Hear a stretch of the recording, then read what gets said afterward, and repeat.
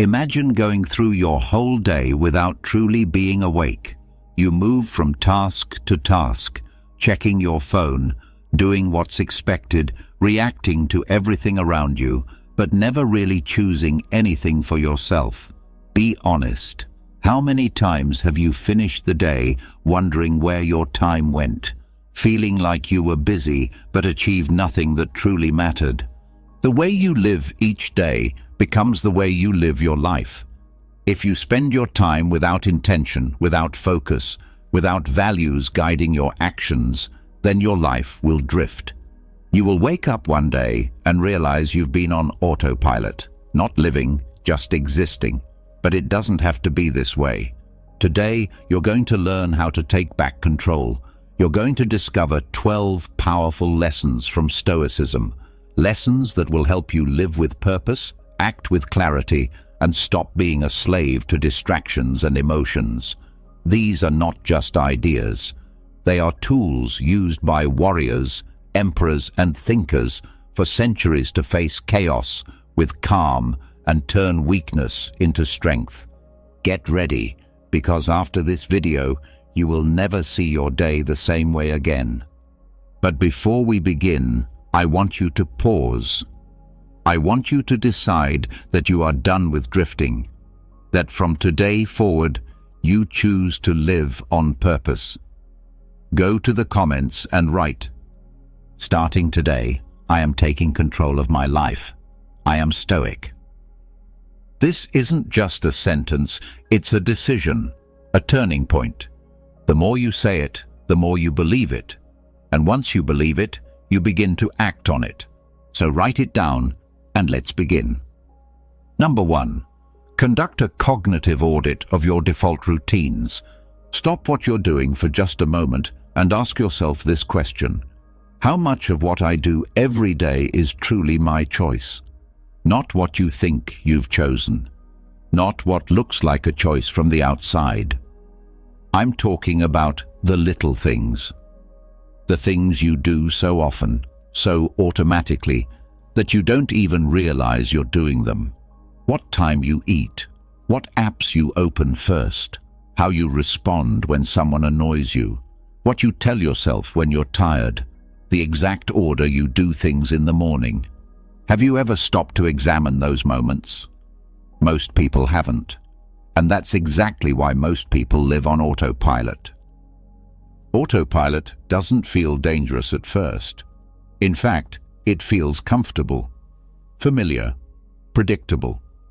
But over time, it turns your life into a loop.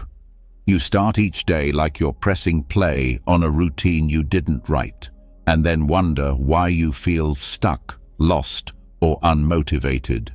If you want to take back control of your day, if you want to live like a Stoic, with reason, with purpose, with discipline, then the first thing you must do is see your patterns clearly. All of them, even the ones you're not proud of, especially the ones you're not proud of. This is your first mission. Conduct a cognitive audit of your routines. What does that mean? It means you sit down with a clear mind and no distractions, and you study yourself. You look at your day like a scientist. You don't judge. You don't make excuses. You observe. You ask, what do I do each day without thinking?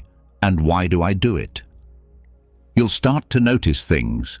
You'll notice that you reach for your phone, not because you need to, but because you're avoiding silence.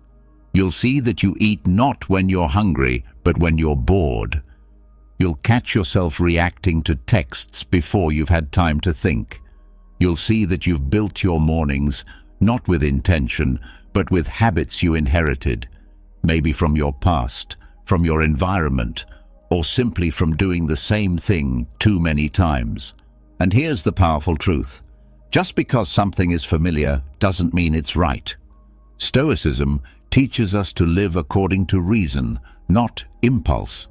To make choices based on values, not moods. But you cannot live that way if you are unconscious of your habits. You must look at them, question them, decide which ones stay and which ones go. Start small. For the next few days, write things down.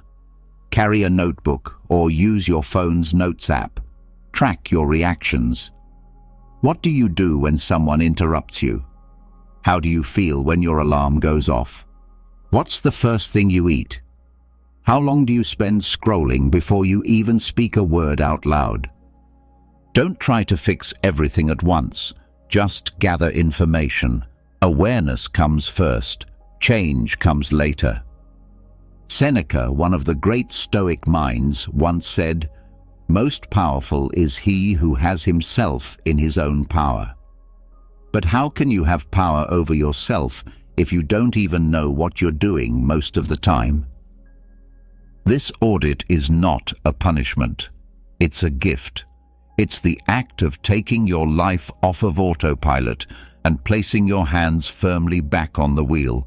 It's the decision to stop living like a passenger in your own story and start being the author. And here's the thing. Once you begin to notice these habits, you'll never be able to unsee them. That's a good thing, because once you become conscious, you can become intentional.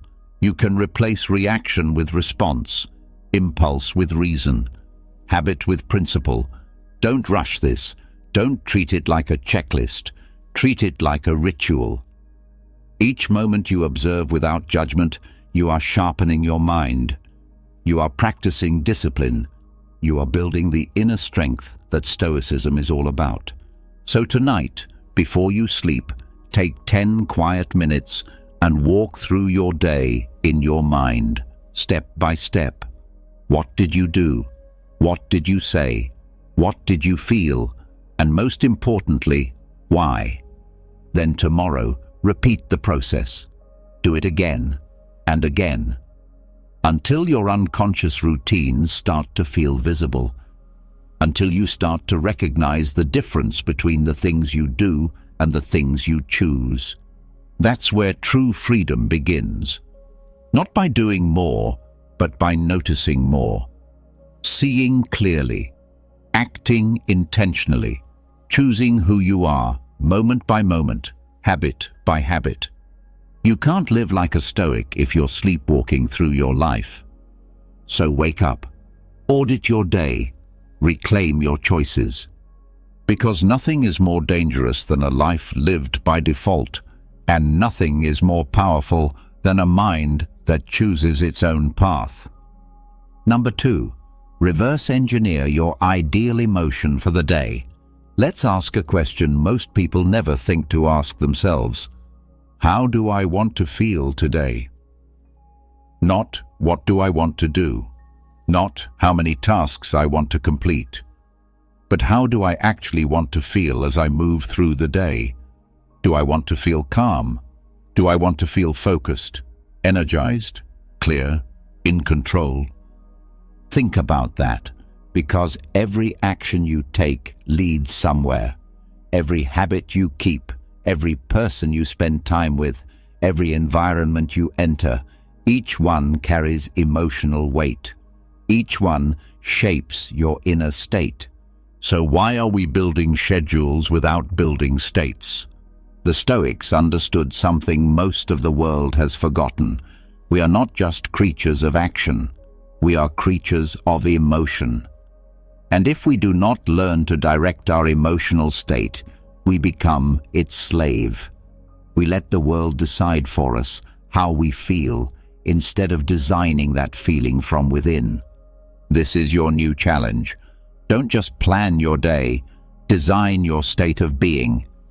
Instead of starting the morning by listing your tasks, start with this simple question. What do I want to feel today? Then go backwards. Work in reverse. Engineer your day around that desired feeling. Let's say you want to feel focused. What supports focus? Silence, clean space, minimal distractions.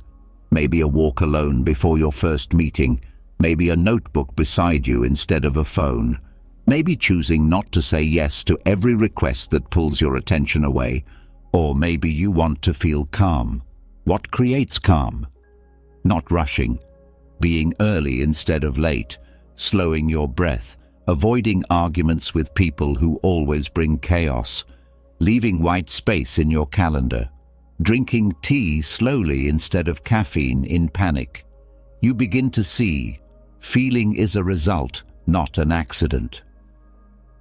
You don't just wake up calm, you build calm.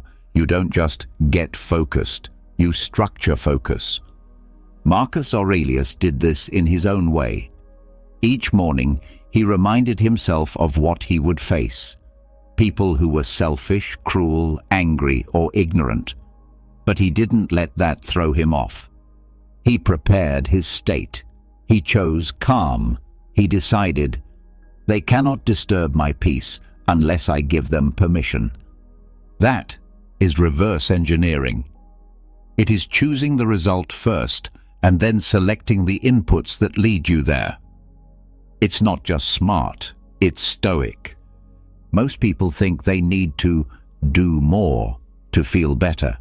But the truth is, sometimes they need to do less, but with more intention. Imagine the difference between 2 days. In one, you rush from meeting to meeting, your head full of noise, your heart full of anxiety. In the other, you create space. You slow down. You say no to what doesn't matter. You move from task to task with clarity. Which day leads to peace? Which one was designed? Now imagine applying this every morning. You wake up, sit in silence for 5 minutes, and ask yourself, what emotion will serve me best today? Not what you're feeling already, what you want to feel. That's the difference between being reactive and being intentional. That's the difference between emotion controlling you and you commanding emotion. Write it down. One word, just one. Calm, strong, bold, grateful. Then make decisions that protect that word. Choose your inputs. Choose your pace. Choose your people. Yes, this takes effort, but so does anxiety, so does overwhelm. The difference is that one is chosen, and one is allowed to grow wild.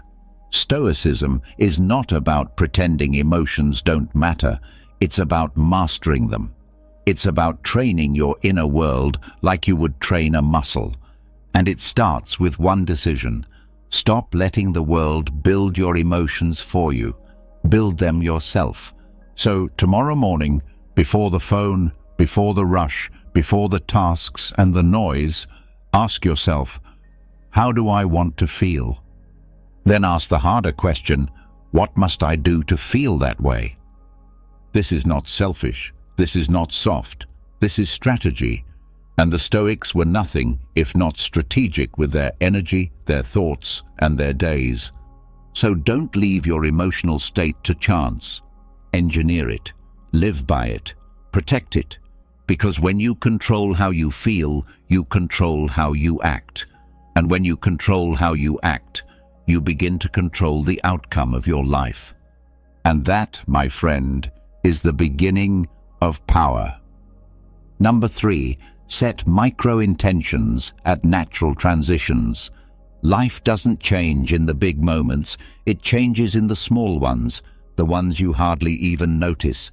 It's not just the big decisions that shape your day. It's not the new job, the big move, or the bold leap that defines how you live. It's the little things, the way you open a door, the way you start a task, the tone you use when you say, "Good morning," the seconds right before you speak, the quiet gap between one activity and the next. That's where your life is being built, moment by moment. But here's the problem. Most people rush through those moments. They never stop to notice them. They go from task to task, room to room, conversation to conversation, never pausing, never deciding how they want to be in the next thing they do. That's why they feel like life is just happening to them, because in a way it is. But you're not most people. You're here to do something different. You're here to take your power back by using one small but powerful tool, the micro-intention. A micro-intention is exactly what it sounds like, a tiny intention, set just before a transition, before you walk into a room, before you open your laptop, before you respond to a message, before you make a call or start a meeting. It's a short sentence you say to yourself, a decision about how you want to show up in that exact moment. You don't need anything fancy, just a simple thought like, I will stay calm, or I will give my full attention, or I will lead with patience. That's it. One clear, honest sentence. It takes less than a second to say it, but the impact it can have on your day is massive. Because now you're not just reacting, you're choosing. You're not just floating through your day, you're steering it. Most of the time, our brains are in default mode. They rely on habits, shortcuts, and patterns we've repeated 1,000 times. That can be helpful, but it can also be dangerous, because it means you're no longer choosing who you are. You're simply becoming what your environment pulls you toward. But every time you pause and set a micro-intention, you interrupt that pattern. You create space. You give yourself the chance to act from values instead of emotion, from clarity instead of impulse. This is how the Stoics lived, not with drama, not with noise, but with presence, with awareness, with intention. Epictetus taught that our power lies not in what happens to us, but in how we respond. A micro-intention is a tool to shape that response before the moment even arrives. It's not about being perfect. You won't remember to do this every time. You'll forget. You'll fall back into old habits. That's okay. The point isn't to never drift. The point is to notice when you drift and return. Even if you just do this 3 times a day, it will begin to rewire the way you live. Imagine the moment you wake up. Instead of rushing straight into the day, you take one breath and say, I will carry peace into this morning. Then later, you sit down to begin your work, and you pause again. I will give this task my full attention. In the evening, someone tests your patience. You feel frustration rising, but just before you speak, you breathe and think, I will respond with calm. These moments are small, but they are everything. They are the spaces where the old you ends and the new you begins. And over time, those small sentences will add up. They will become the voice in your mind that guides you through chaos. They will become your compass when you feel lost. They will remind you that you are not at the mercy of your day. You are its designer. So from this point forward, begin to see the spaces between things. See the transitions. When you stand up, when you sit down, when one thing ends and another begins. Don't rush through them. Pause. Breathe. Set your micro-intention. You don't need an hour of meditation. You don't need a complicated system. You just need one breath, one decision, one clear sentence about how you want to be in the next moment. Because the truth is, your life is not made of hours, it's made of seconds. And when you start mastering those seconds, you start mastering yourself. So take that power, use it. And remember, the person you are becoming is not built in the future. It is built now, in these tiny, powerful moments where you choose who you are over and over again. Number 4, eliminate phantom commitments. Every day you carry weight. Some of it you chose, but much of it you didn't. You rush to respond to messages, not because you want to, but because you feel like you have to. You say yes to plans, not because they matter to you, but because it's what you've always done. You check in, show up, nod along, fulfill expectations, some spoken, some not. But deep down you wonder, did I ever actually choose this?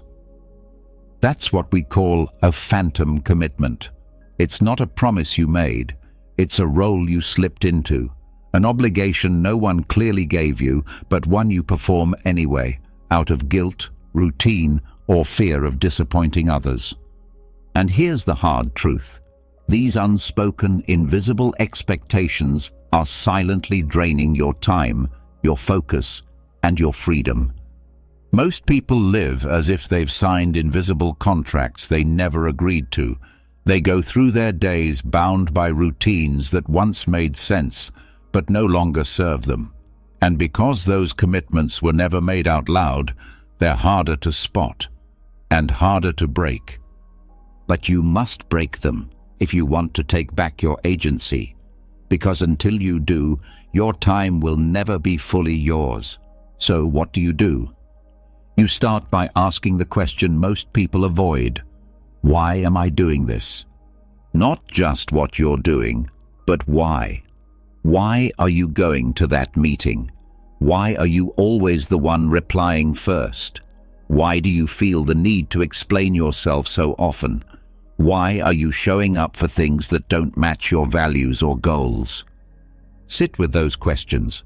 Don't answer too fast. The real answers will not shout, they will whisper. But once you hear them, you'll begin to see clearly. Some of your daily behaviors aren't choices. They're leftovers. Leftovers from who you used to be. Leftovers from what people once expected of you. Leftovers from stories you were told growing up. And Stoicism demands that you examine those stories. Marcus Aurelius wrote, "If you are distressed by anything external, the pain is not due to the thing itself, but to your estimate of it, and this you have the power to revoke at any moment." That includes the pressure you feel to live up to silent expectations. That includes the roles you're playing out of habit instead of truth. You can revoke the story. You can step out of the role. But first, you have to name it. Take a quiet moment. List out what you feel responsible for, not legally or morally, but emotionally. What do you feel obliged to do, even if no one's asked you to? What do you feel guilty not doing, even when it's not truly your duty? Maybe it's always answering the phone when a certain person calls. Maybe it's attending events that drain you. Maybe it's continuing a conversation you've outgrown. Maybe it's saying yes when every part of you is screaming no. These aren't small things. These are the leaks in your ship. Over time, they drown your energy.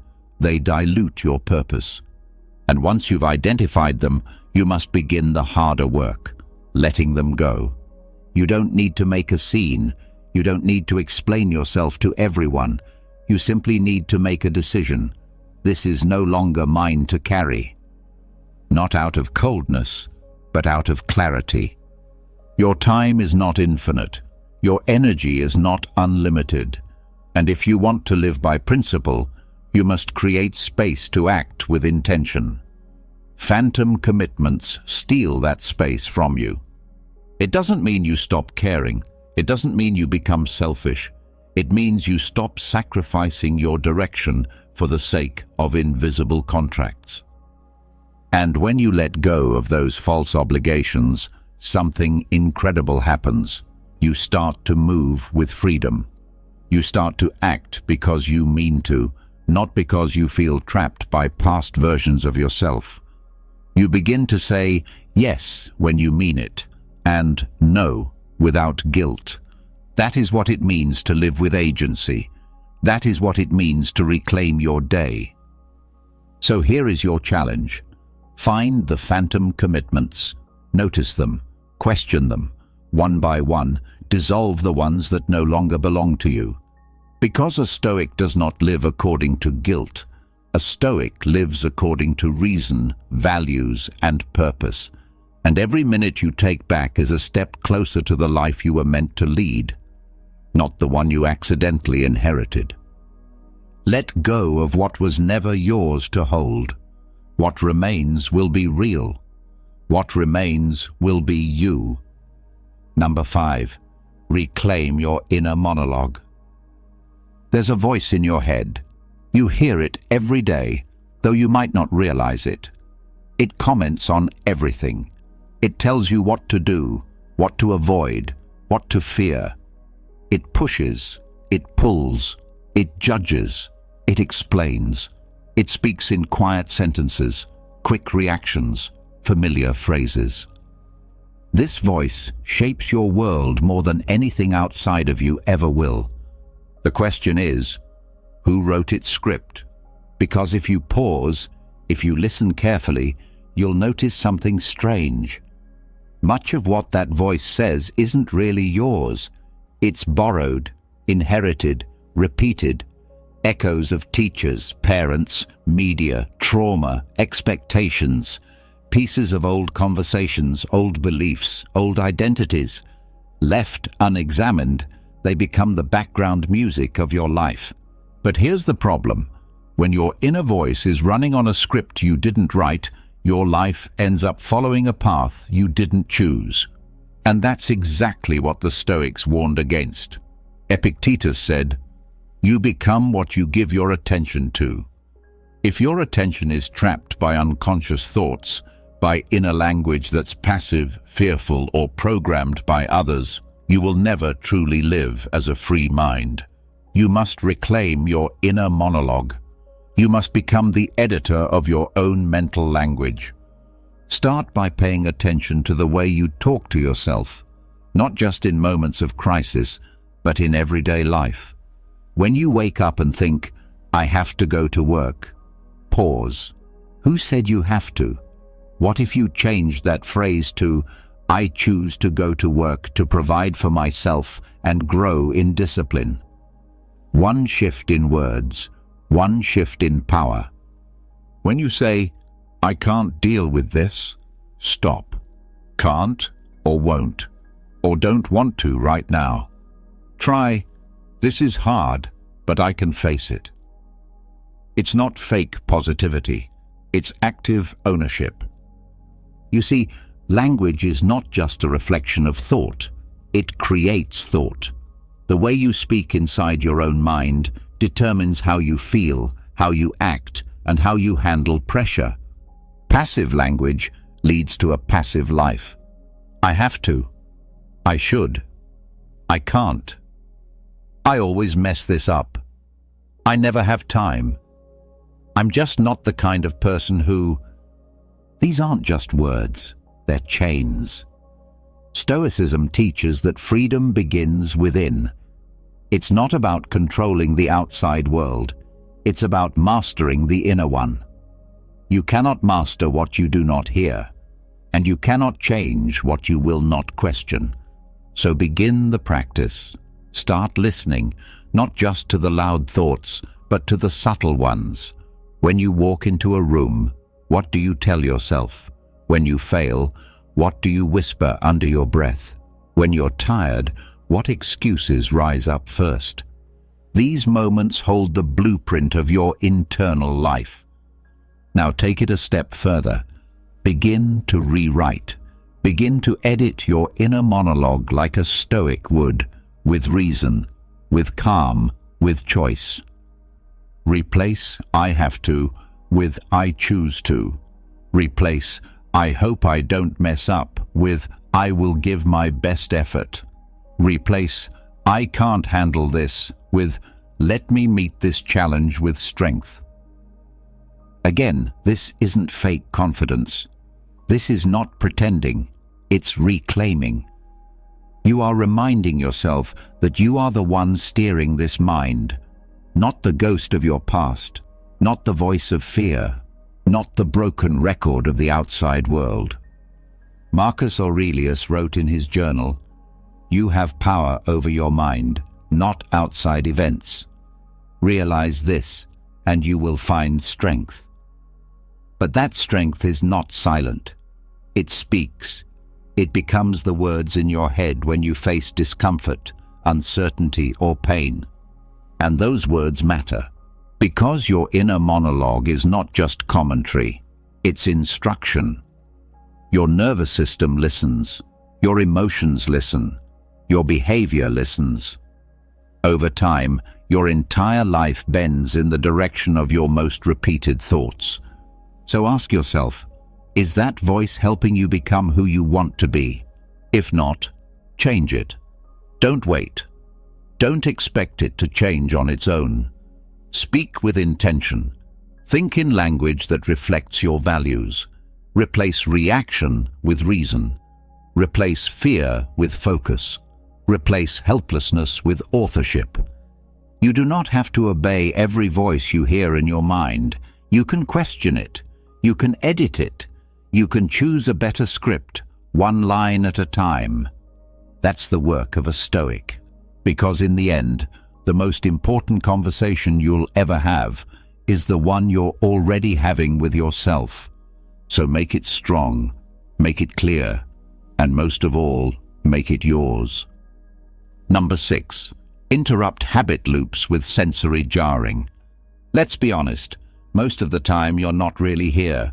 You're going through the motions. You walk into a room and forget why. You scroll without thinking. You say things you've said 100 times before. Your hands move, your eyes look, your mouth speaks, but your mind, it's somewhere else, drifting, numb, on autopilot. This is what happens when life becomes a loop, and once a loop is formed, your brain follows it without needing permission. Wake up, reach for your phone, feel stress, grab a snack, get bored, open social media. You don't decide, you just follow the path that's already been walked 1,000 times. The Stoics would call this living unconsciously, and they would warn against it. Because when you are unconscious, you are not free. You are not choosing. You are not living with reason. You are simply reacting, repeating, surviving. So, how do you wake up? You interrupt the loop. You jolt the system. You force the mind to come back to the body, back to the room, back to the present, by using your senses as anchors. This is what we call sensory jarring. It is the intentional use of unexpected physical input to interrupt unconscious patterns and reset your awareness. It's simple, but powerful. Take a cold shower, not because it's comfortable, but because it's not. The moment the cold water hits your skin, your brain wakes up. You are no longer thinking about your email or your regrets or what someone said yesterday. You are here, in the moment, alert and alive. That's a reset. Or maybe you light a strong scent, something unfamiliar, something sharp. Suddenly, the air smells different, and your brain takes notice. The pattern breaks, or you change your environment. Move to a different room, step outside, take a different path. Even standing instead of sitting can disrupt the loop your mind is stuck in.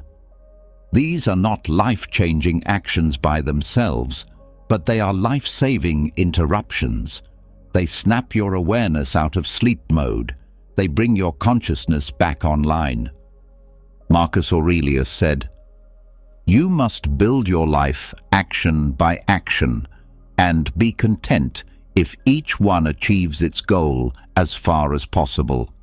You cannot build your life action by action if your actions are being done in a fog." To live as a Stoic, you must be present.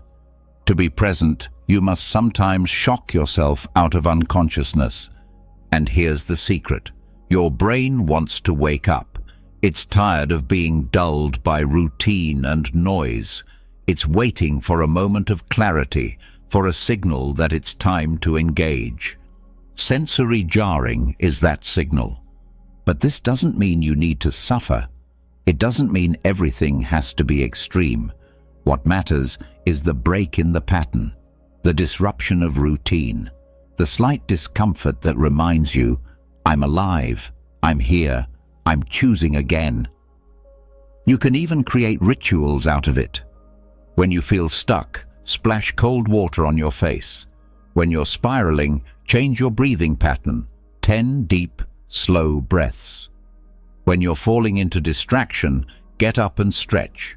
Go outside and feel the sun, or hold ice in your hand for a few seconds. It's not about the act itself, it's about what the act interrupts. It pulls you out of reaction and puts you back into intention. Because that's the real goal, not just to feel something, but to remember yourself.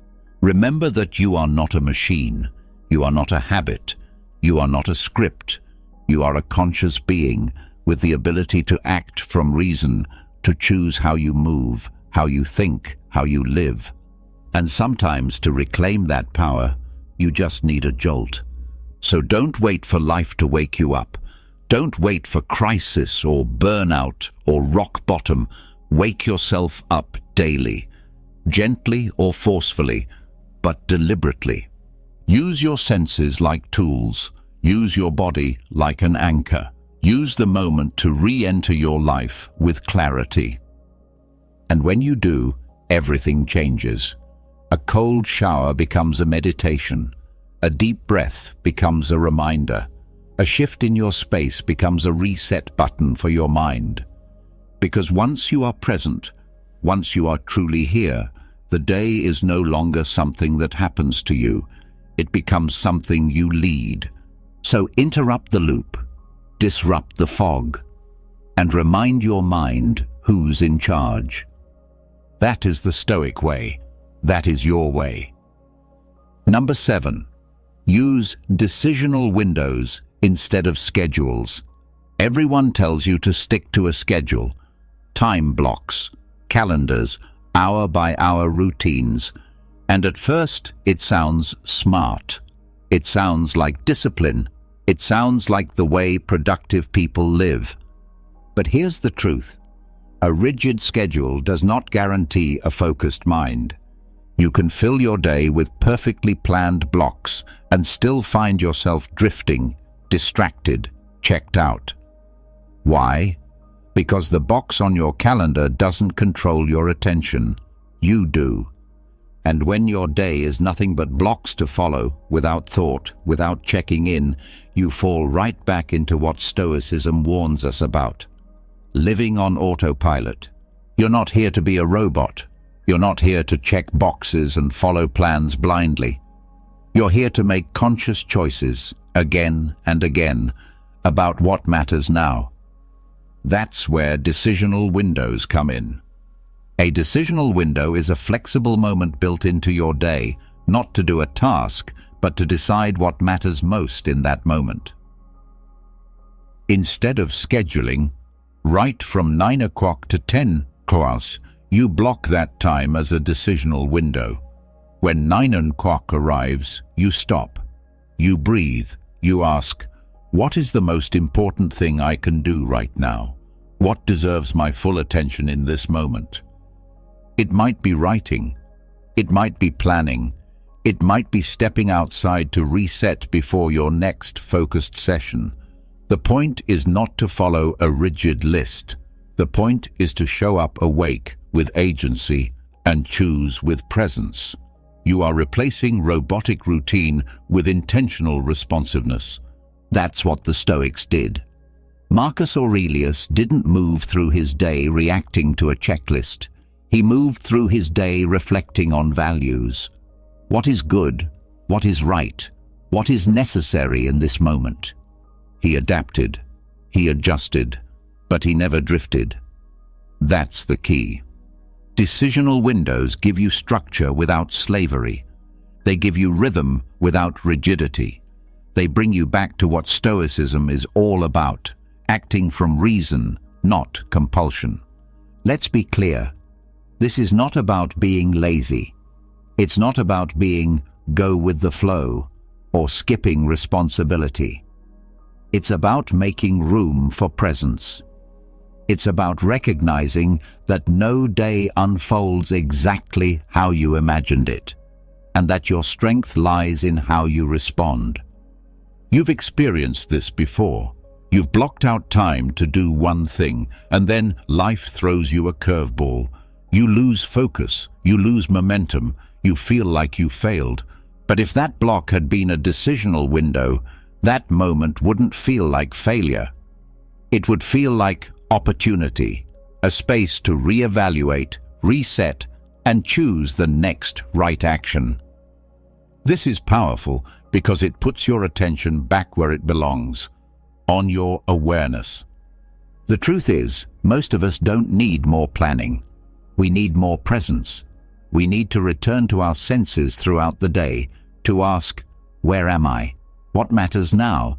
What deserves my energy? By using decisional windows, you create a habit of pausing.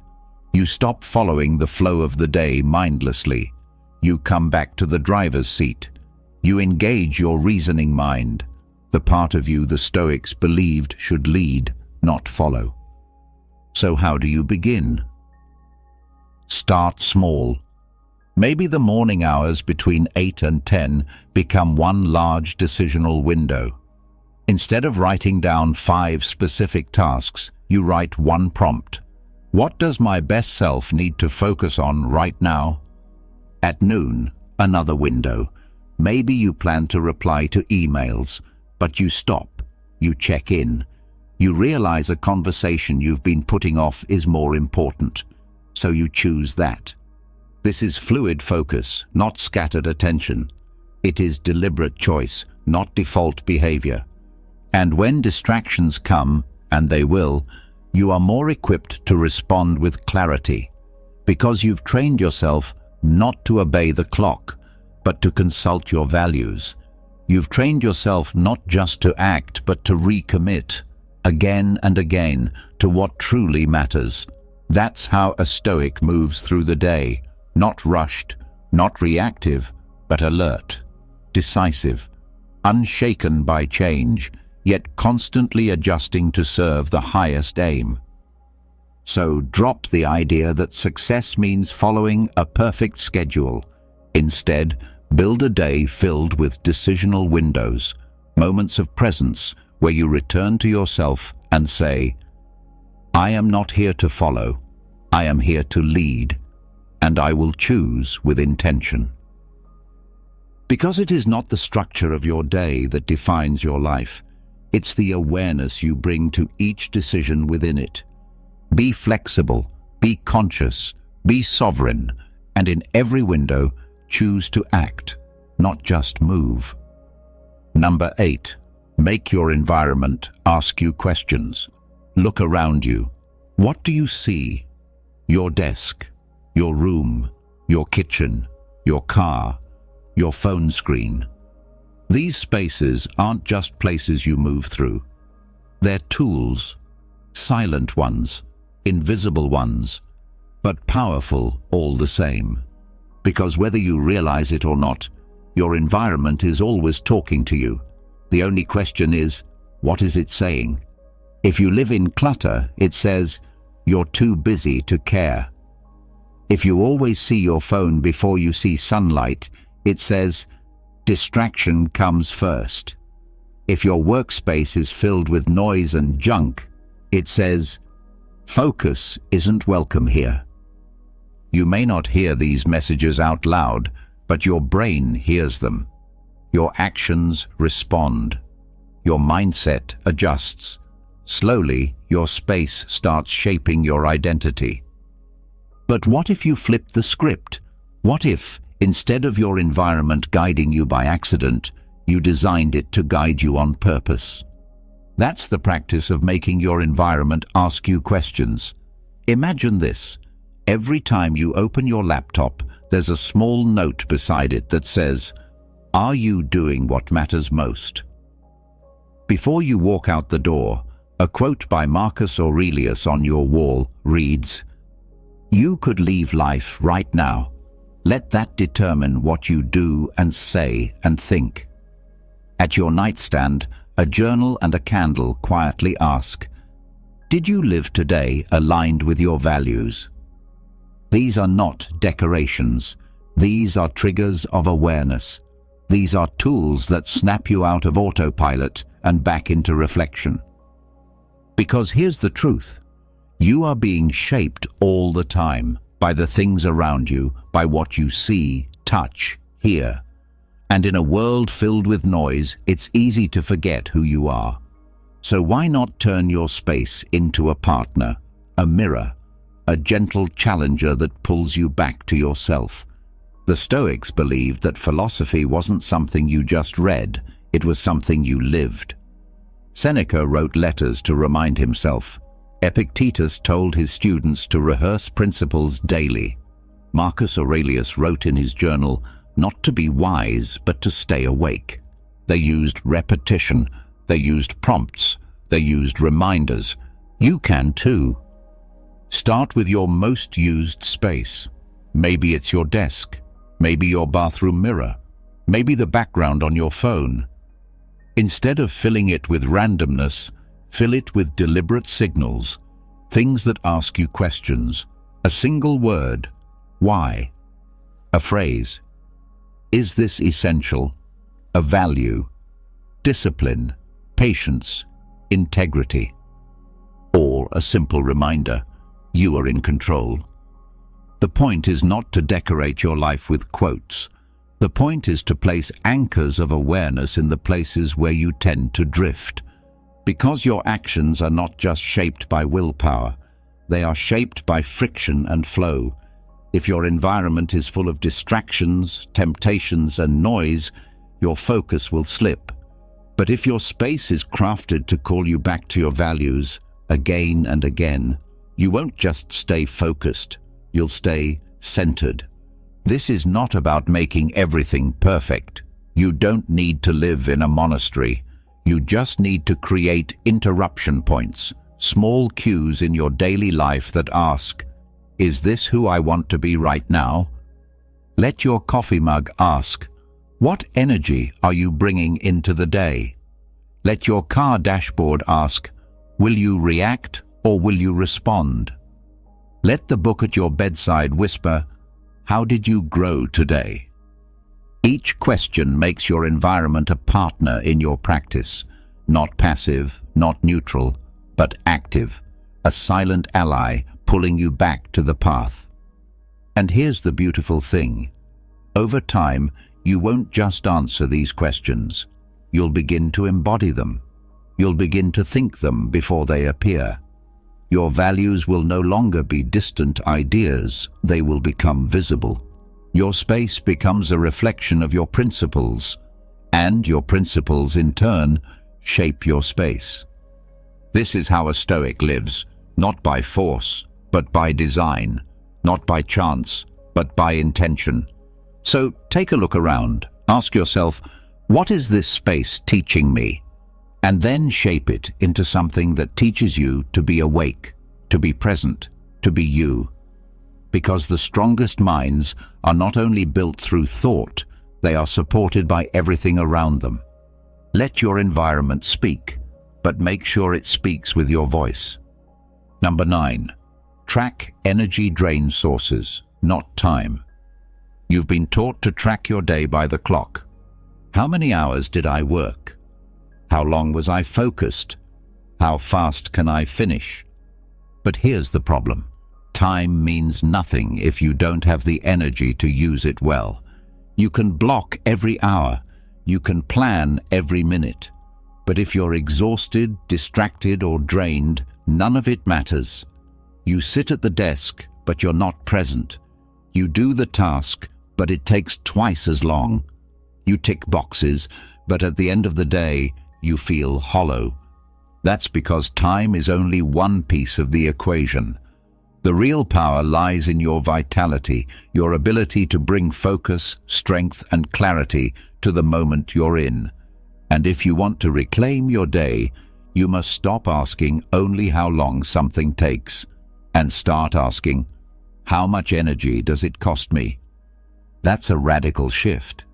It means you begin tracking your life not just by time blocks, but by energy flows. You begin noticing what gives you energy and what steals it. You start mapping your fatigue, your clarity, your fire, not just your schedule. And suddenly, you begin to see the truth. Some things don't take time, they take life. A 5-minute argument can drain your focus for hours. 10 minutes of scrolling can leave you anxious all morning. A single conversation with the wrong person can make your whole body feel heavy. But, on the other hand, one walk in the sun can lift your entire mood. One aligned task can bring you into flow. One moment of stillness can reset your entire system. The Stoics knew this. They didn't obsess over hours, they obsessed over attention, over how they spent the force of their mind. Seneca warned against wasting life in meaningless action. Marcus Aurelius reminded himself daily to do only what was essential and to do it well. So, how do you begin? You become an observer, a scientist of your own life. You start tracking what fuels you and what drains you. Not just tasks, but people. Not just work, but food. Not just what you're doing, but how you feel during and after it. Was that meeting productive, or did it leave you empty? Did that quick scroll give you a break, or steal your presence? Did the food you ate give you strength, or make you sluggish? Did that conversation lift you, or bury you in emotional weight? These aren't abstract questions. They are the keys to designing a life that actually works, because what you track, you begin to control. And what you control, you can align with your values. This is not about avoiding all hard things. Life will always contain challenge. But there's a difference between challenge that builds you and friction that bleeds you. Hard exercise can leave you tired, but strong. Deep work can drain your energy, but reward you with meaning. A difficult conversation can be uncomfortable, but clear the air and create growth. These things cost energy, but they also give something back. That's a worthy trade. But doom scrolling, gossip, saying yes to what you don't believe in, that's pure drainage. You pay, but you receive nothing in return. A Stoic doesn't waste their strength on that. So, make a list. Start simple. Track your top 3 drains. The things that consistently leave you depleted, unfocused, or dull. Then, track 3 sources of energy. The things that lift you, sharpen you, bring you back to yourself. Now begin adjusting, one at a time. Start removing the drains where you can. Start protecting and multiplying what fuels you. And when you look at your calendar tomorrow, don't just ask, "What do I need to get done?" Ask, "Where will my energy be strong? Where will it suffer? What will I do to protect it?" Because your job is not to survive the day, it's to lead it. And you can't lead if you're running on empty. So stop living like time is your only currency. Your real currency is energy, focus, strength, vitality, attention. These are the tools that build a powerful life. And like any currency, they must be spent with intention.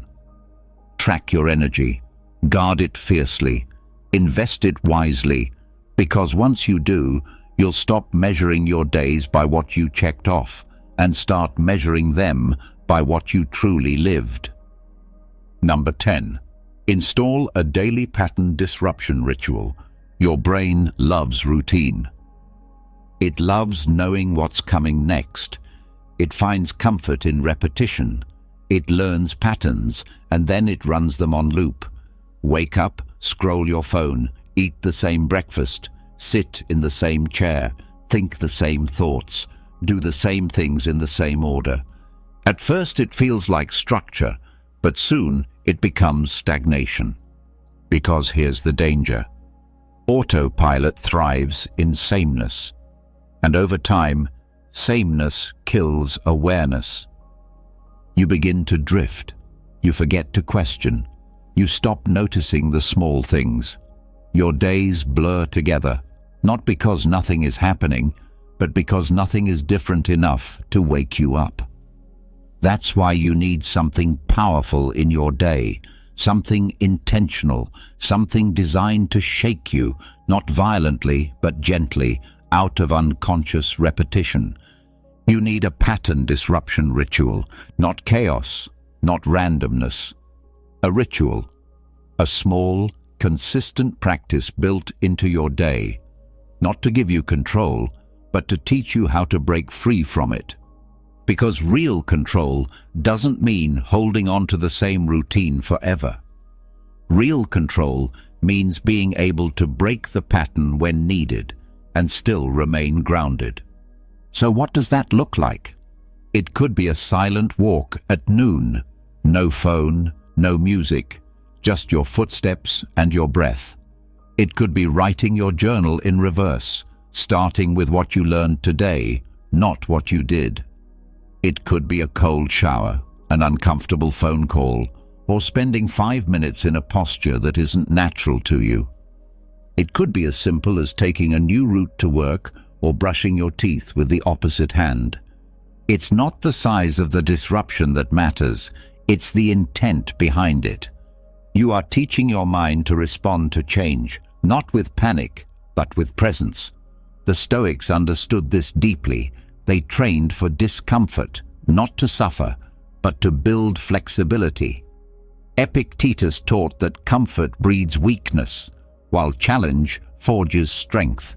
Marcus Aurelius reminded himself to expect difficulty, to welcome it, and to practice stillness inside it. That is what your daily disruption ritual becomes, a small moment of controlled difficulty, a short encounter with the unfamiliar, a daily handshake with discomfort, so that when real change arrives, your nervous system doesn't freeze. It learns. I've been here before. I can handle this.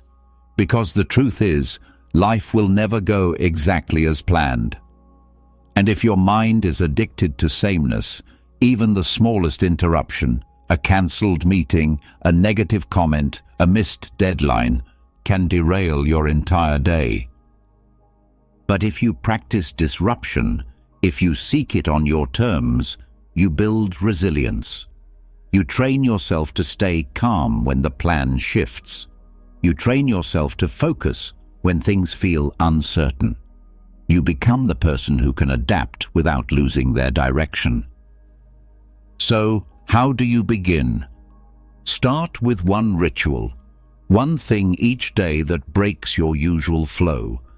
Do it at the same time, or let it appear randomly. But do it intentionally. Don't just do it to say you did it. Do it to remind your brain, we are awake. We are not slaves to habit. We are here now. Even 5 minutes is enough.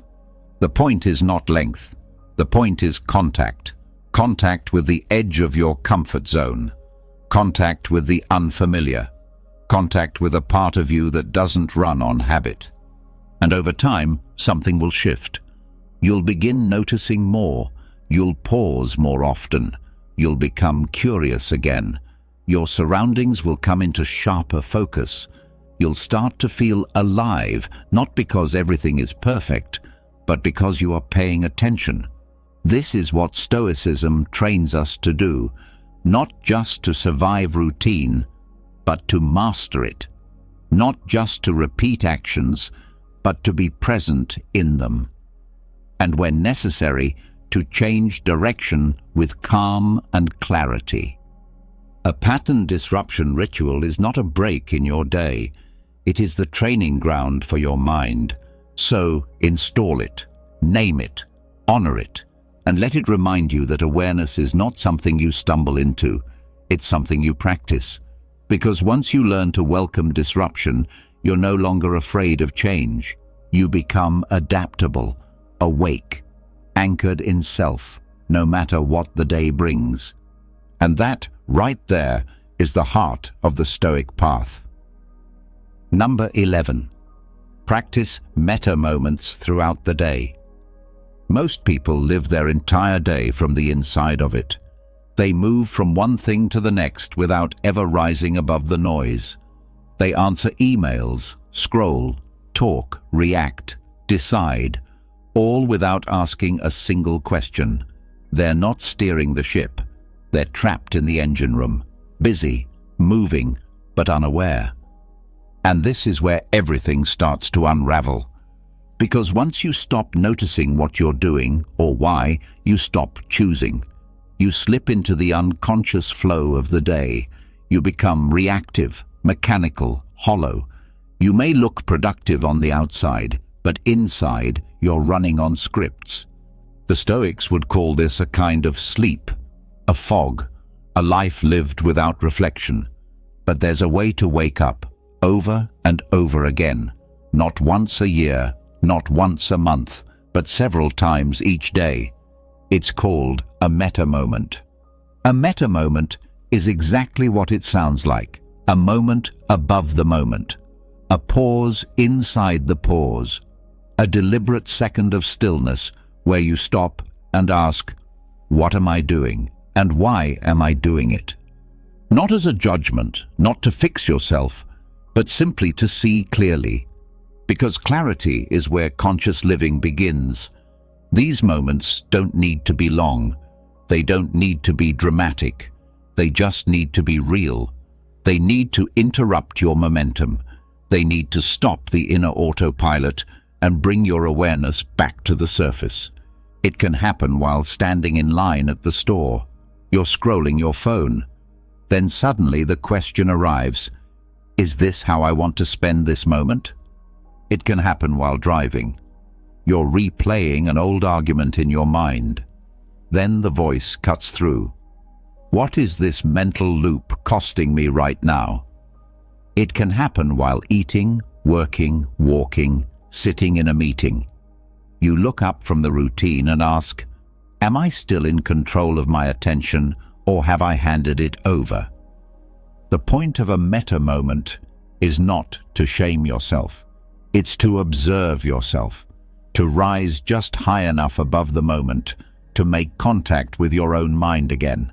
And that contact, that second of presence, that's everything. Because once you become aware of what you're doing and why, you can choose again. You can shift. You can stop. You can go deeper. You can realign. You reclaim the only power that matters, the power to act from intention. This is metacognition. Thinking about thinking, watching the watcher. It's what separates you from the animals. It's what gives you the ability to respond with reason, not reflex. Marcus Aurelius wrote his meditations for this exact reason: to pause, to reflect, to remember. Each entry was a kind of meta-moment, a window where he looked down on his own life from above and asked, am I living by my values, or am I just following the noise? You can do the same, and you must, because the world around you won't remind you to reflect. It will rush you, distract you, pull you back into the scroll, the cycle, the noise. So create your own reminders. Set a timer that goes off every few hours, not to tell you to do something, but to wake up. Label it something simple, pause, or are you aware, or meta moment. You can also anchor your meta moments to daily events. Waiting at a red light, washing your hands, opening a door. Every time you catch that moment, breathe and ask, what am I doing? Why am I doing it? Is this aligned with who I want to be? That's it. 3 questions, 2 seconds, 1 shift. This isn't about being perfect. It's about being awake. It's about moving through your day with inner posture, not just outer action. And over time, something starts to happen. You catch yourself sooner. You react less. You respond more. You live more moments above the noise, not buried inside it. That's the work of a Stoic. Not just living, but watching yourself live. Not to be detached, but to be intentional, present, free. So make meta moments part of your day. Let them interrupt you. Let them humble you. Let them bring you back. Because the strongest minds aren't the ones that never wander. They're the ones that remember to return. And the more often you return, the more you live. Fully, consciously, stoically. Number 12. Shift from task management to meaning management. You're busy. Most people are. The day begins and the list starts growing. Emails to answer, calls to return, projects to finish, errands, chores, notifications. There's always something else waiting. So you make a to-do list. You cross things off. You move fast. You stay productive. And at the end of the day, maybe the list is shorter, but you still feel something missing. You were busy, but were you fulfilled? You got things done, but were they the right things? You managed your tasks, but did you manage your life? Here's the truth. You can finish your to-do list and still waste the day, because tasks are not the same as meaning. Just because something is urgent doesn't make it important. Just because something needs to be done doesn't mean you are the one who needs to do it. And just because you're moving quickly doesn't mean you're moving in the right direction. This is where most people get trapped. They confuse movement with progress, activity with impact, efficiency with meaning. But the Stoics saw through that illusion. They didn't measure their days by what they completed. They measured them by what they lived, by what they became, by how aligned they stayed with their principles, their virtues, their higher purpose. Marcus Aurelius didn't journal to track how many meetings he ran or how many scrolls he read. He wrote to ask himself, did I live in accordance with nature? Did I act justly? Was I ruled by reason? Did I make progress in my soul? That is meaning management, and it's time you started practicing it. Start by asking a new question at the end of the day. Not, what did I get done? But, what truly mattered today? Reflect on your energy, your attention, your interactions. Which moments felt alive? Which ones felt aligned with the kind of person you're trying to become? Was it the quiet moment you had with a friend? The time you stepped away from work to breathe and reset? The one task that moved your long-term goal forward, while everything else screamed for your attention? Or maybe the time you chose patience over anger, presence over distraction? These are the things that build a meaningful life, not just the things you complete, but the things you carry within you after they're done. So from now on, structure your day around those things. Not just around urgency, but around alignment.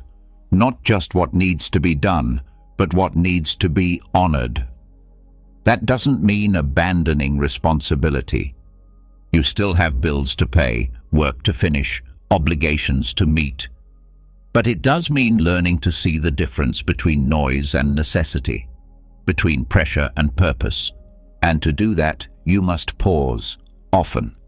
Before starting a task, ask, will this bring me closer to what matters? In the middle of the day, check in.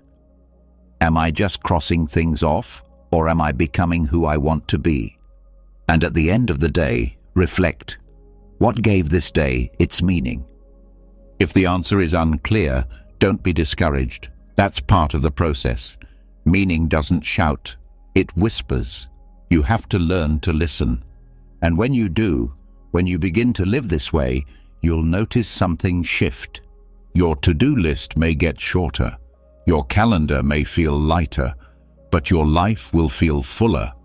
Because now, you're not just managing tasks, you're managing yourself, your growth, your values, your impact.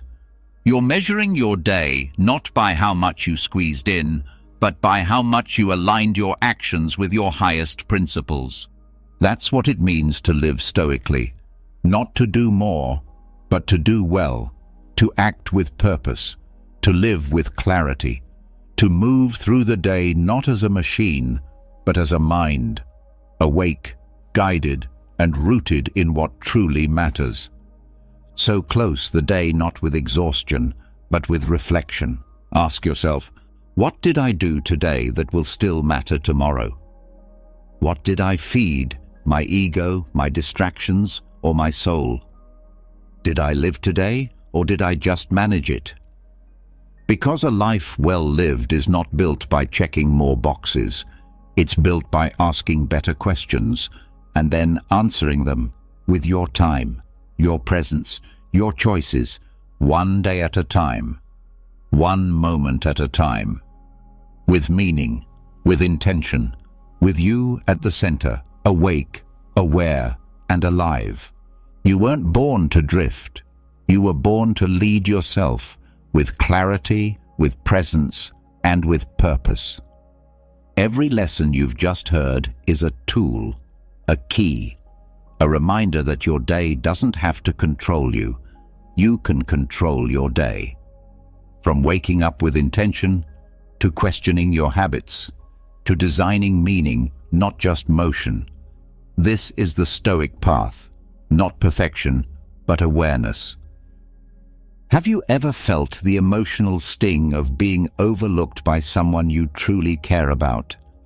It's as if your presence doesn't matter to them, like they barely acknowledge your feelings or recognize your needs, no matter how deeply you love and care for them. It's painful when your affection and attention aren't reciprocated or valued. But what if there was a way to shift this dynamic? What if you could become someone who naturally draws attention, someone people want to prioritize and keep close? In this video, we'll reveal 10 essential rules that can help you become more captivating, someone others genuinely want to be around and deeply value. Each rule we'll explore plays an important role, and we encourage you to watch the entire video to understand why every single one is crucial for improving your personal relationships and enhancing how others perceive you. Now, let's dive in. The first rule is to keep certain things to yourself and allow an air of mystery to surround you. There's something inherently attractive about not knowing everything about a person. Mystery holds power. As the philosopher Seneca once said, "To be everywhere is to be nowhere." Let that quote serve as a guide for how you carry yourself. Be present, but don't reveal everything. Instead, maintain a sense of mystique, like a novel with hidden chapters waiting to be discovered. Let people learn about you gradually and with intention. Reveal different pieces of your story over time, allowing them to become more curious and interested in who you are. This approach turns your personality into an engaging puzzle that others are drawn to solve, making them eager to uncover more. Think of Cleopatra, the iconic historical figure. Not only was she known for her beauty and influence, but also for her enigmatic nature. She didn't lay all her cards on the table. She held her thoughts and motivations close, sparking intrigue and fascination in those around her. If you want to draw people toward you, be unexpected. Take different paths. Explore unfamiliar territories in your actions and ideas. This unpredictability captivates attention and makes others want to understand you better. In simple terms, your life doesn't need to be an open book for everyone. Think of your story as a novel filled with chapters that unfold one by one. By keeping certain aspects of yourself private, you become more intriguing, and others will feel compelled to learn more about you. The second rule is to create a subtle fear in others of losing you. Often, people fail to value what comes too easily. When something feels replaceable, it's taken for granted. But when there's a risk of losing it, people pay attention. You want to position yourself as someone unique and irreplaceable, someone whose absence would be deeply felt. You are not just another option among many. You hold distinct value in someone's life. How can you instill this feeling in others? By being self-reliant and able to stand strong on your own. Let your life be full, engaging, and rich, even when you're by yourself. Show that you don't need constant attention or validation. Your independence makes others see your presence in their life as a privilege, not a given. They'll want to be part of your world, not because you're desperate for their presence, but because they recognize the value and uniqueness you bring. This mindset aligns with certain philosophical teachings that emphasize mental self-mastery, understanding that while you can't always control external events, you can control how you think and respond. That inner strength builds confidence. Your real power comes from living with purpose and self-sufficiency. When you cultivate this, people around you will view you as someone important, not just another voice begging to be heard, but someone they want to keep close and impress. You won't need to chase after their attention or plead to be noticed. Instead, they'll naturally begin to pursue your presence, recognizing your worth. Let them feel a little uneasy at the thought of losing you. Encourage them, without saying a word, to actively seek a place in your life. You're not there to beg for inclusion. You are the invitation. Let's take a moment to reflect on how Steve Jobs and Steve Wozniak worked together during the early days of Apple as a powerful example. Wozniak, often affectionately referred to as Woz, possessed incredible engineering skills and played a major role in building the first Apple computers. His technical brilliance and innovative thinking were crucial to Apple's early success. Jobs clearly recognized the unique talent Wozniak brought to the table and understood just how essential his contribution was to their shared vision. Jobs didn't merely collaborate with Wozniak. He supported him, celebrated his work, and made sure others saw his importance too. In their partnership, Wozniak wasn't just another teammate. He was a foundational piece of the puzzle.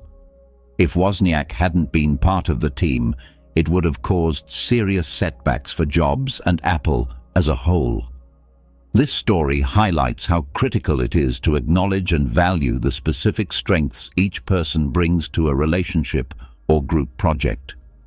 When you make yourself irreplaceable, someone whose absence would be deeply felt, you automatically become a powerful force in any setting.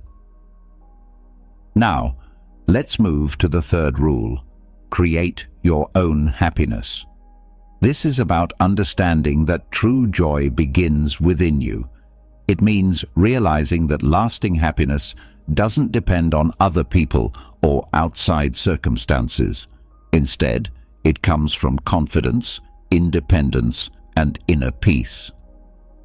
When you can find fulfillment within yourself, it gives you a radiant, grounded energy that draws people in. Others are naturally attracted to individuals who carry a sense of contentment and self-assurance. When you glow with happiness that isn't borrowed or dependent, you inspire and uplift those around you. Creating your own happiness shows that you're not relying on someone else to complete you. You are already whole and joyful as you are, and that in itself is incredibly appealing. You're not placing the burden of your emotional well-being on anyone else. Instead, you're offering to share your joy, enriching the lives of others with your presence. This is what makes your company magnetic. People feel better simply by being near you because of the light you carry. The Stoic philosopher Seneca once said that true happiness is found in enjoying the present moment and not being overly anxious about the future. This idea reminds us that contentment is something we can cultivate ourselves. Consider the life of Theodore Roosevelt. He faced heartbreaking challenges, including the unimaginable pain of losing both his wife and his mother on the same day. Yet even with such loss, he found a way to generate his own happiness. He lived energetically and purposefully, engaging in activities like boxing, serving the public, and staying active in ways that gave him meaning. His happiness came from within, from living a life of action and purpose rather than relying on what others thought or did. This ability made him not just a great leader, but a deeply admired figure in history. Roosevelt's strength came from the joy and meaning he created for himself, even during life's darkest times. Next, we turn to the fourth rule. Make yourself valuable and encourage others to invest in you. Recognize that you are inherently special, like a rare and precious gem that people should treasure. Your value doesn't come from simply being around. It comes from the role you play and the meaning you add to other people's lives. Remember, what is easily available is often taken for granted. When someone must invest time, emotion, and effort into something, they are more likely to cherish it deeply. As people begin to spend their emotional energy and attention on you, their connection with you grows. You evolve from someone they casually know into someone they deeply care about. Your goal should never be to chase after their love or attention. Instead, your focus should be on showing them that your presence adds true worth to their life, something meaningful enough that they'll want to hold on to it. Let people choose to invest in you willingly. When they do, your role in their life transforms from something optional to something essential. They won't want to lose you because your presence has become tied to their own sense of value and connection. Seneca wisely said that just like a gemstone must be polished to shine, a person becomes better by enduring and learning through challenges. This teaches us that your worth isn't simply in existing, it's in growing, refining, and being someone worth working for and with. Consider the story of Alexander the Great and his mentor, Aristotle. Aristotle wasn't just another instructor to the young Alexander. He was a beacon of insight, wisdom, and clear reasoning, which were all essential tools for leading a vast empire.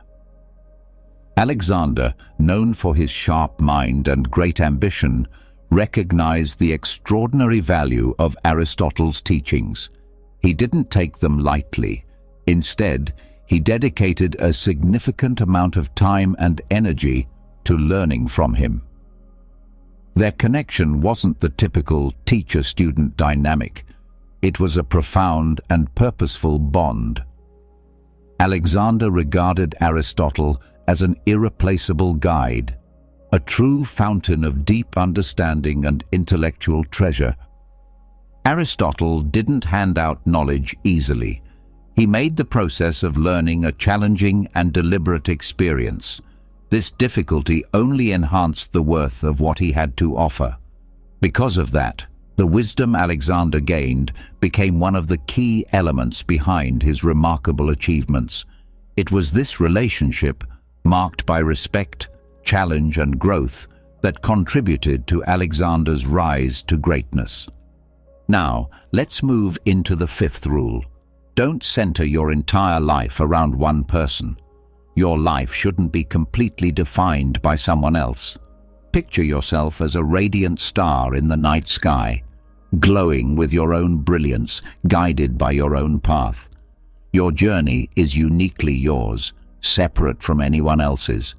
Don't let your world orbit entirely around a single individual. You have your own dreams to follow, your own aspirations to chase, and a unique identity to fully live out. This mindset not only preserves your individuality, but also adds a sense of intrigue and vitality to your life. It keeps others naturally interested in you. Your independence and willingness to explore life on your own terms make any relationship more exciting. It's about complementing each other, not completing each other, making one another's lives better while maintaining who you truly are. When you don't place someone else at the very center of your world, you become even more attractive in their eyes. Creating a full life outside of the relationship helps you grow as a person, and adds richness and freedom to the connection you share. Reflect on the words of Marcus Aurelius, the wise emperor and Stoic philosopher, who once said, "If you are at peace with yourself, you are in harmony with the universe." That wisdom speaks directly to the power of remaining grounded in yourself, even while being in a relationship.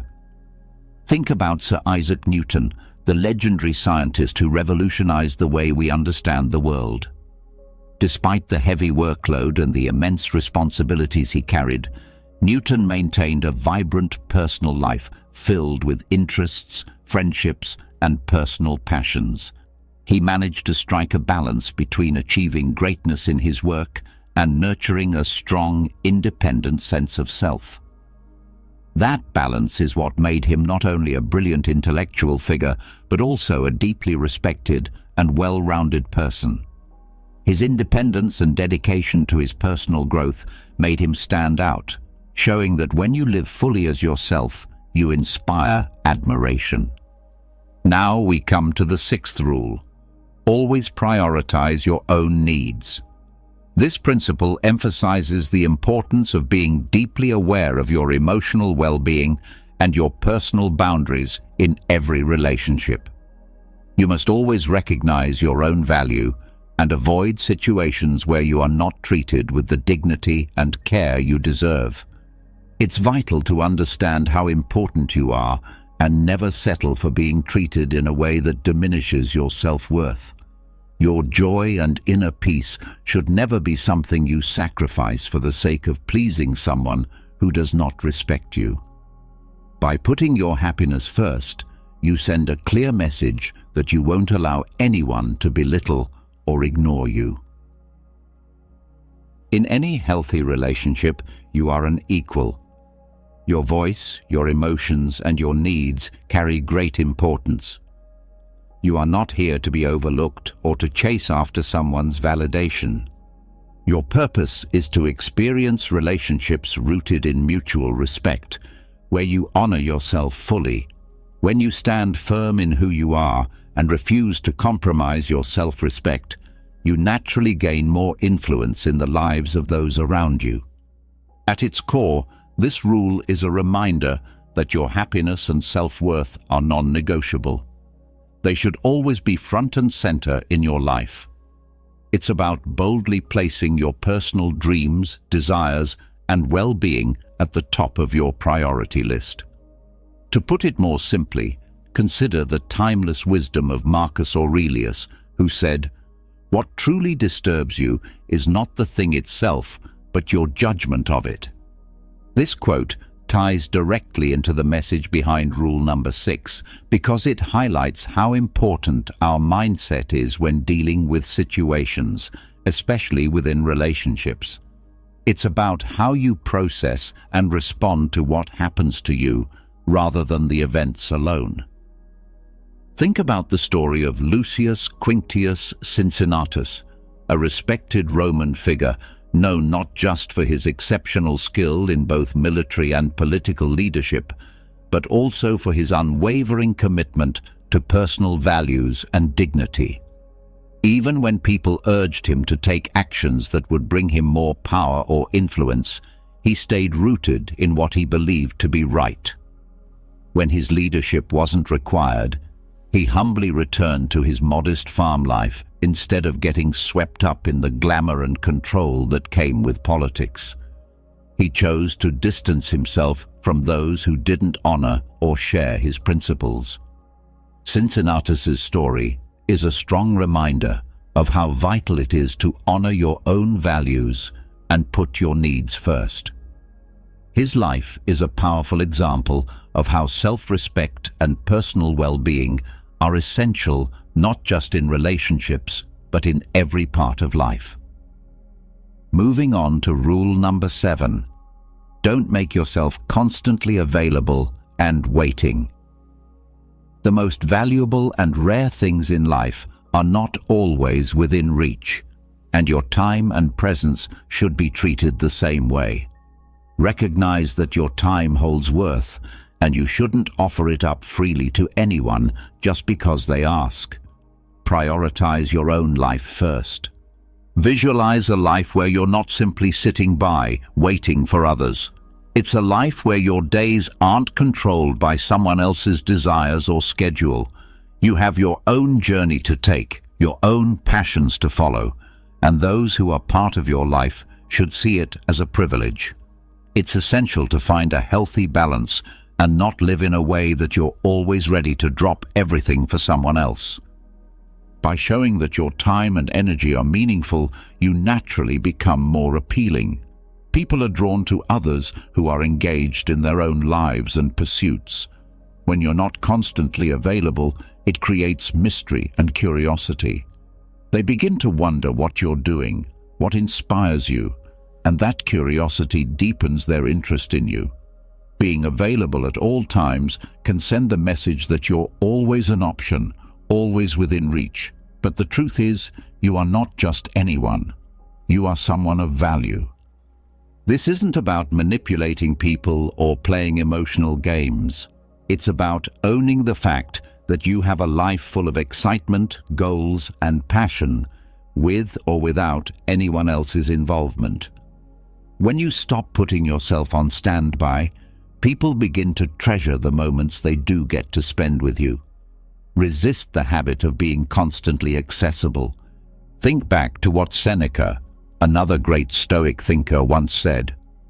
We often fear things needlessly, and most of our suffering comes from what we imagine, not what actually happens.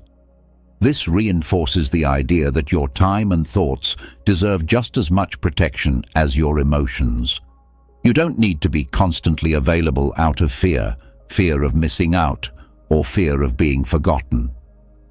Now, take a look at Ada Lovelace, a brilliant and innovative woman in history.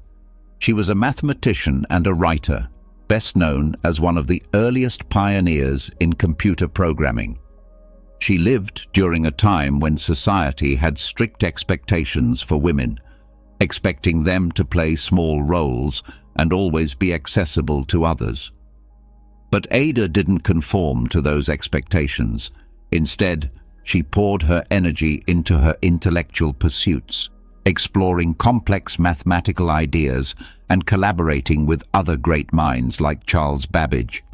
Her fierce dedication to her own work and the decision not to make herself constantly available made her all the more captivating. Ada's story reveals the strength that comes with being self-directed. She didn't wait for permission or validation from others. She created her own legacy.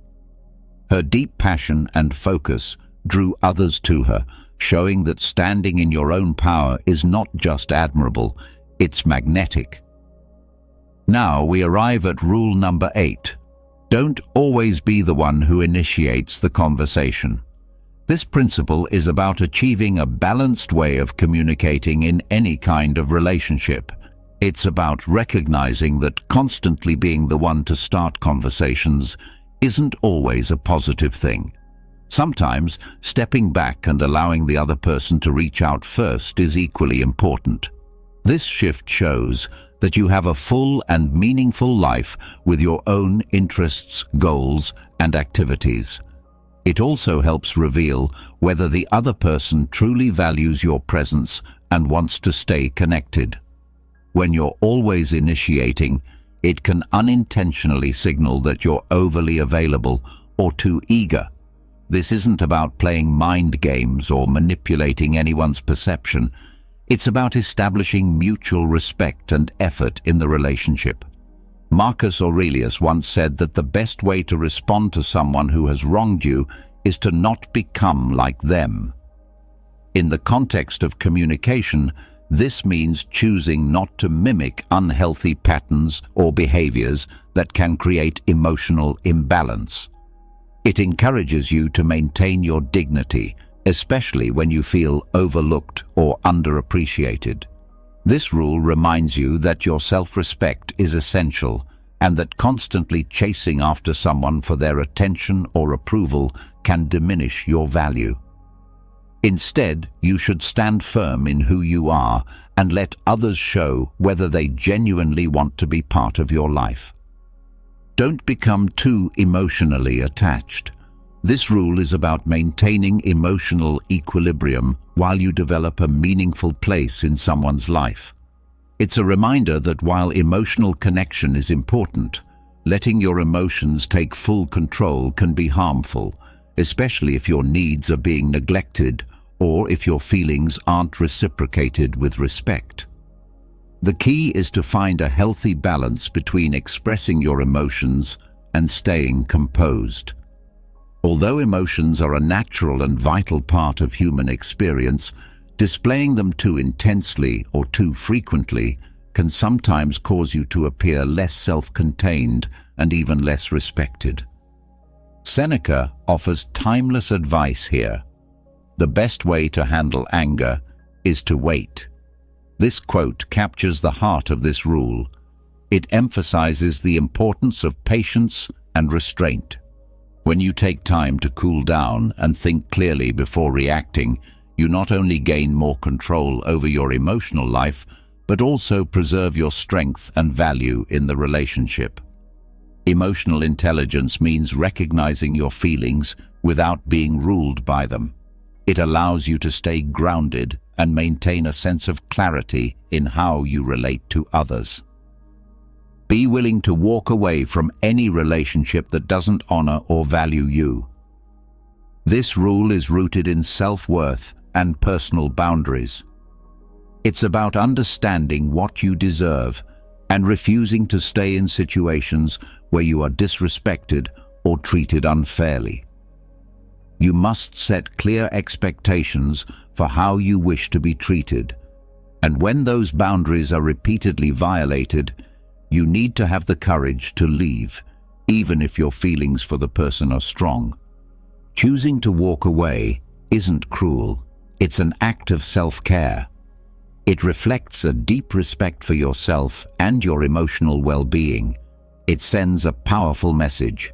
You are not willing to stay where you are not treated right. This decision can sometimes wake the other person up to the seriousness of the situation and show them that if they truly want you in their life, they need to step up and treat you with the respect you deserve. Your goal in relationships isn't to cling to people or situations that drain you or make you feel less than.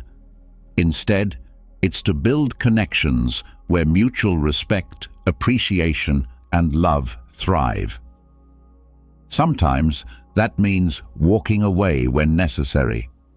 Marcus Aurelius wisely said, "You have control over your mind, not external circumstances." When you embrace this truth, you discover a deep reservoir of inner strength. Even if things around you are difficult or disappointing, your inner power remains intact. That's where real strength and peace come from. We've now explored 10 powerful ways to become truly unforgettable to others. These ideas include preserving a sense of mystery, not making yourself too available, allowing others to invest in the relationship, and always prioritizing your own needs and happiness. It's about communicating with balance, not centering your entire life around another person, and respecting your emotional health. When you take care of your own well-being and happiness, you naturally become more magnetic and appealing to others. Above all, it's about learning to value yourself fully and being ready to let go of relationships that don't serve you well. This mindset isn't rooted in a need for validation or attention. Instead, it's about building relationships that are grounded in authenticity and mutual respect. When you embody these values, you naturally become someone others are drawn to, someone they don't just like, but genuinely value. And if you ever find yourself in a situation where it feels like you're being treated as just another option, remember that you hold the power to decide what you accept in your life. You have the freedom and the strength to choose your own path, and that includes the decision to leave behind relationships that don't align with your values or worth. Your value is immense, and you are worthy of relationships where you are truly seen, appreciated, and respected for who you are. Have you ever felt invisible or unappreciated by your own children? Have you ever had the painful realization that despite everything you've done for them, they treat you as though you mean nothing? If you've ever felt that way, you are not alone. It's one of the most heartbreaking experiences any parent can go through. But today, I want to share something that might bring you hope, because not all is lost. In this video, we're going to explore how Stoic wisdom and practical philosophy can help you completely transform the way you relate to your children. Even in moments where you feel ignored, rejected, or disrespected, there is a powerful path, not one of forcing them to change, but rather a deeper, life-changing shift that begins within you. When your perspective changes, everything around you begins to shift too. My name is Gabriel, and if this is your first time visiting, I invite you to subscribe and turn on the notification bell. Stay with me until the end, because what we're going to uncover together today can truly change your life and heal the most important relationships in it. Let's begin with a powerful truth: the strength of detachment without abandoning love. When your children ignore you or show a lack of respect, the emotional pain can run deep. That painful distance where there was once closeness can bring up sadness, frustration, and even resentment. But this is where the Stoic idea of detachment can become your lifeline, not detachment from love itself, but from the expectations and emotional weight we tie to how others respond to our love. True Stoic detachment doesn't ask you to stop loving or to cut emotional ties with your children. It invites you to love fully, without depending on how they behave or whether they reciprocate. One of the most profound teachings in Stoicism is the realization that we do not have control over the actions of others. We only have control over how we respond to them. Epictetus captured it perfectly. It's not the events themselves that disturb us, but the judgments we place upon them.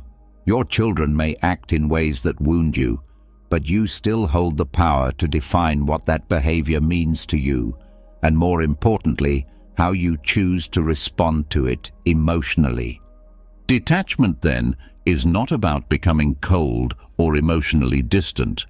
It's not a rejection of your relationship with your children. It's about liberating yourself from the suffering caused by their behavior. It's about understanding that their actions do not determine your worth or define who you are as a parent. It's a way to maintain a love that is unconditional while letting go of the desire to control how they see you or treat you. Here's a perspective I want to offer you. Imagine that your love is like the sun.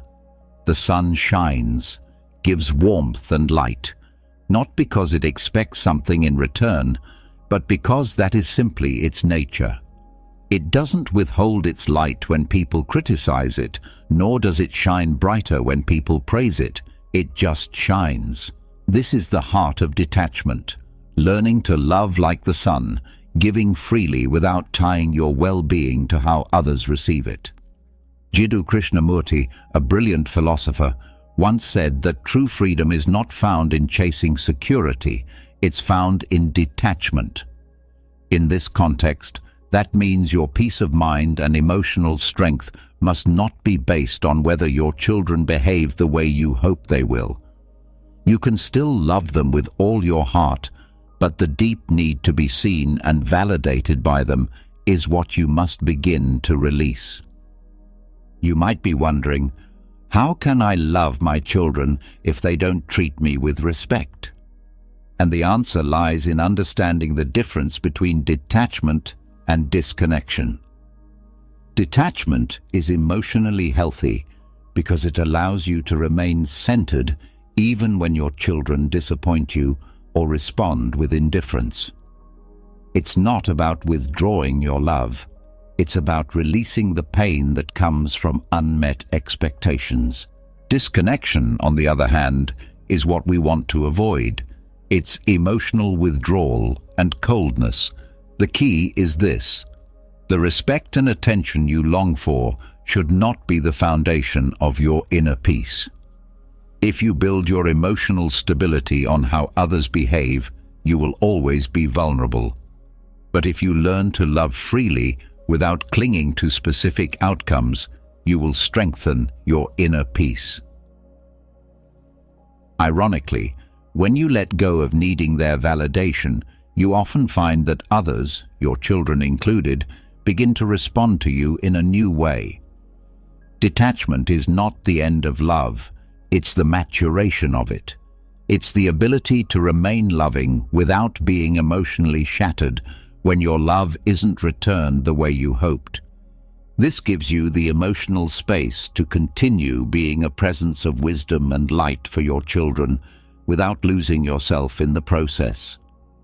Because ultimately, your sense of peace, your serenity, your quiet integrity, that is what can open the door for your children to see you with a new kind of respect. Let's explore another powerful truth. You don't need to be accepted to be respected. One of the most painful things about feeling ignored or disrespected by your children is the sense that you've lost the place you once had in their hearts and lives. And while all of us long for respect, the path to restoring it isn't through demands, it's through inspiration. Too often, we confuse being respected with being accepted. We believe that unless our children accept our choices, our way of life, or our past sacrifices, they can't truly respect us. But respect doesn't work that way. Immanuel Kant, one of the great philosophers of the Enlightenment, said that self-respect is the foundation of all virtue. This is the essence of what we must remember. Respect begins inside you. It's not about convincing your children to accept you. It's about living in such a way that you earn respect, whether or not they agree with you. It's easy to fall into the trap of wanting your children to understand your past, to recognize your sacrifices, to appreciate the choices you've made. But constantly looking for that validation becomes a source of pain and discouragement. What truly transforms relationships is when you stop seeking that approval and begin living from your inner integrity. Your children don't need to agree with your path in order to respect you. What they need is to see that you are unwavering in your principles, steady in your values, and composed in your actions. Think for a moment about someone you deeply respect, perhaps a historical figure, a leader, or a mentor. Chances are you don't respect them because they did everything others expected of them. You respect them because they had the courage to be true to themselves, even when misunderstood. That same strength is inside you. Your children may not understand you, and they might not agree with your lifestyle or choices. But if you continue to act with consistency, clarity, and honor, the respect will eventually follow. This is where Stoicism becomes a powerful guide. It gives you the internal strength to endure disrespect without falling apart. Seneca said that nobility of character is seen in how we live, not in what others say about us. So, if you live with patience, wisdom, and peace, you won't need anyone else to validate you because you'll already be whole within yourself. Picture this. Your children observe you staying calm through adversity. They notice that you don't get desperate for their approval or attention. That quiet strength begins to speak louder than any words you could say. What ultimately shifts their perception isn't argument or confrontation. It's your calm and steady example. Sometimes, the disconnection in our relationships with our children comes from trying too hard to become what we think they want, instead of remaining true to who we really are. But when you stop bending and start standing, something inside them shifts too. You don't have to demand respect. you become the example of it. The deeper truth is this: you don't need to be accepted to be respected. But for respect to take root, it must first be cultivated within. So stop molding yourself to fit into your children's expectations. Live by your own values, and in time, respect will come back to you, often when you least expect it. Finally, let's talk about breaking the cycle of silence, not with noise, but with wisdom. When your children ignore you, the natural impulse is often to raise your voice, to argue, to confront them with harsh words just to be heard. Recognize your worth and allow yourself to be heard. However, what we often fail to realize is that raising our voices or making noise doesn't bring us closer. It actually distances us further from understanding and truth. True strength is not found in breaking the silence with shouting, but in disrupting it with wisdom.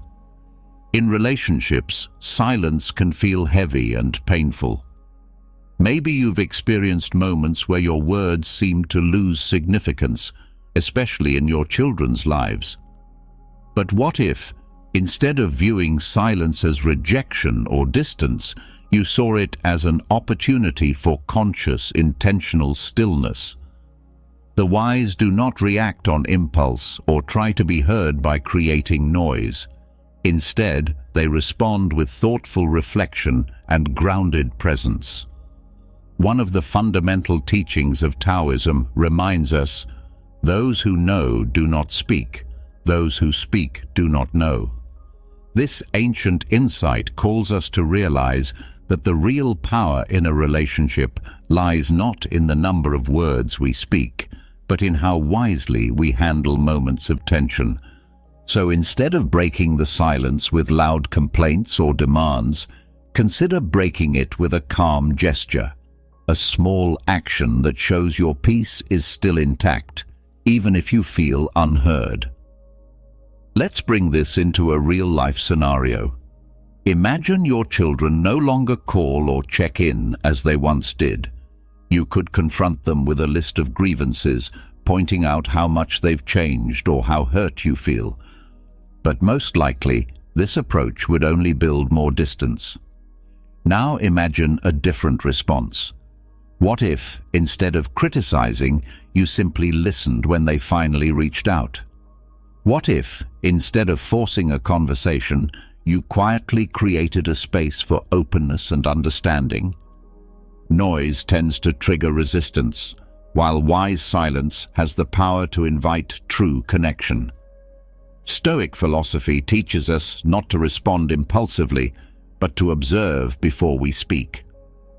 Epictetus once advised us to remember that we have 2 ears and 1 mouth for a reason, so that we might listen more than we speak. This doesn't mean we should remain completely silent. It means we should wait for the right moment to respond with wisdom.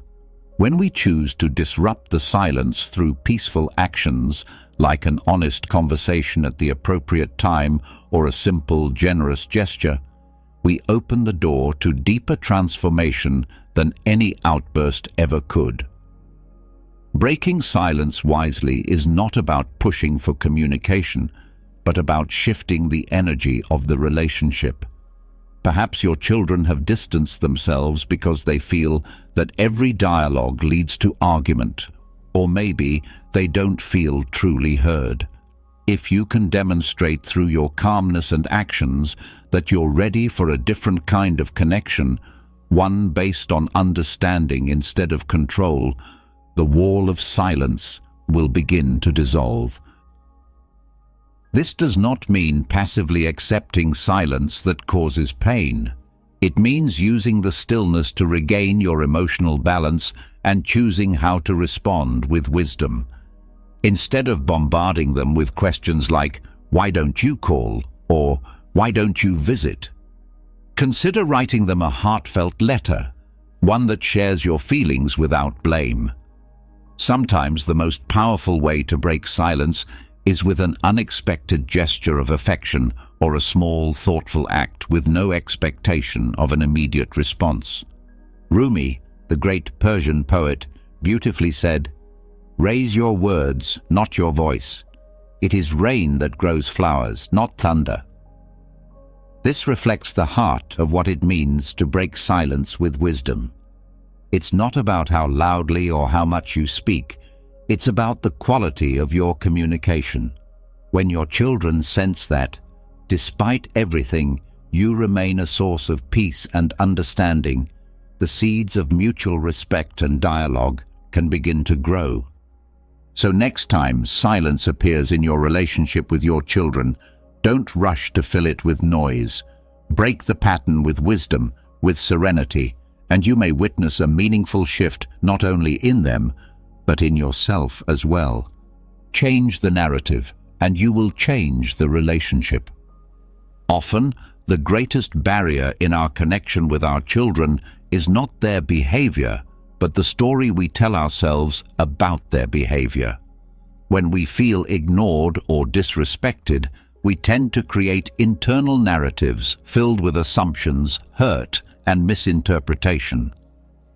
But this lesson invites you to pause and reflect. Is what I believe is happening really true? Or is it just my own version of the story? Buddha taught that pain is a part of life, but suffering is optional. Much of the suffering in our relationships doesn't stem directly from what others do, but from the way we interpret their actions. For example, maybe your child doesn't call you as often.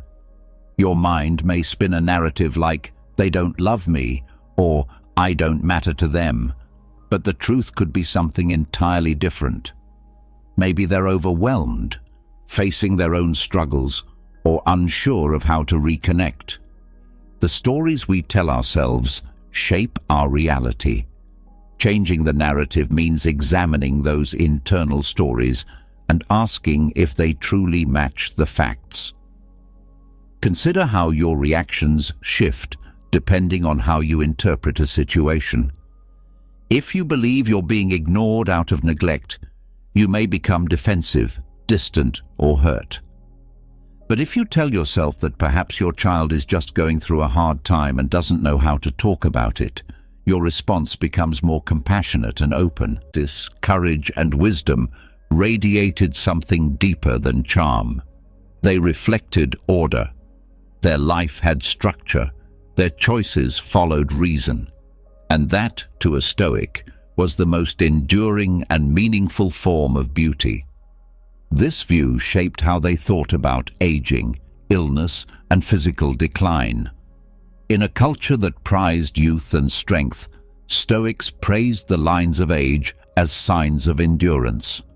They respected simplicity in appearance, not because they rejected aesthetics, but because they valued what lasted over what faded. To them, a face marked by time was not something to hide. It was evidence of a life engaged with truth. They saw beauty not as an object, but as a process. A sunset was beautiful not because it was perfect, but because it passed. Its fading reminded them of impermanence, of rhythm, of return. In the same way, a well-lived life was beautiful not because it was always graceful, but because it was real, shaped by choice, shaped by effort. There was also a kind of artistic practice in Stoicism itself. The way a person lived could be sculpted like stone. Words could be shaped like poetry. Actions could be composed like music. The Stoic believed that living well was an art form. It required attention to proportion, clarity of structure, and commitment to purpose. Each day was a line in the poem, each decision a stroke of the brush. This idea brought humility, because just as a sculptor learns through mistakes, a Stoic learned through reflection. There was no final masterpiece, only the effort to bring form to something as unpredictable as life. That effort, honest, disciplined, and thoughtful, was itself a kind of beauty. In this light, detachment becomes appreciation without anxiety. You are not gripped by the fear of loss. You admire, then release. You witness, then return to the core. Beauty enhances life, but it does not define it. The Stoic does not retreat from the world. They walk through it with eyes open, but with judgment intact. This kind of clarity allows deeper gratitude, not the gratitude of ownership, but of presence. A tree, a face, a piece of music. Each becomes a chance to reflect on the order that holds the world together. You don't need to possess what you find beautiful. You only need to see it clearly, to understand what it reflects, and to move forward with that understanding intact. Even silence held beauty for the Stoics. In stillness, there was space for thought to settle. In quiet, there was room for proportion and perspective. They knew that constant stimulation dulled perception, that sometimes the most beautiful experiences were the simplest ones: a quiet walk, a thoughtful conversation, a clean space. These were not grand, but they brought the mind back to itself. The aesthetic sense in Stoicism was not decoration. It was discipline, not suppression, but refinement. It asked people to choose what to admire and to be cautious about what they allowed to shape their hearts, because beauty has power, and all power, if left unchecked, can mislead.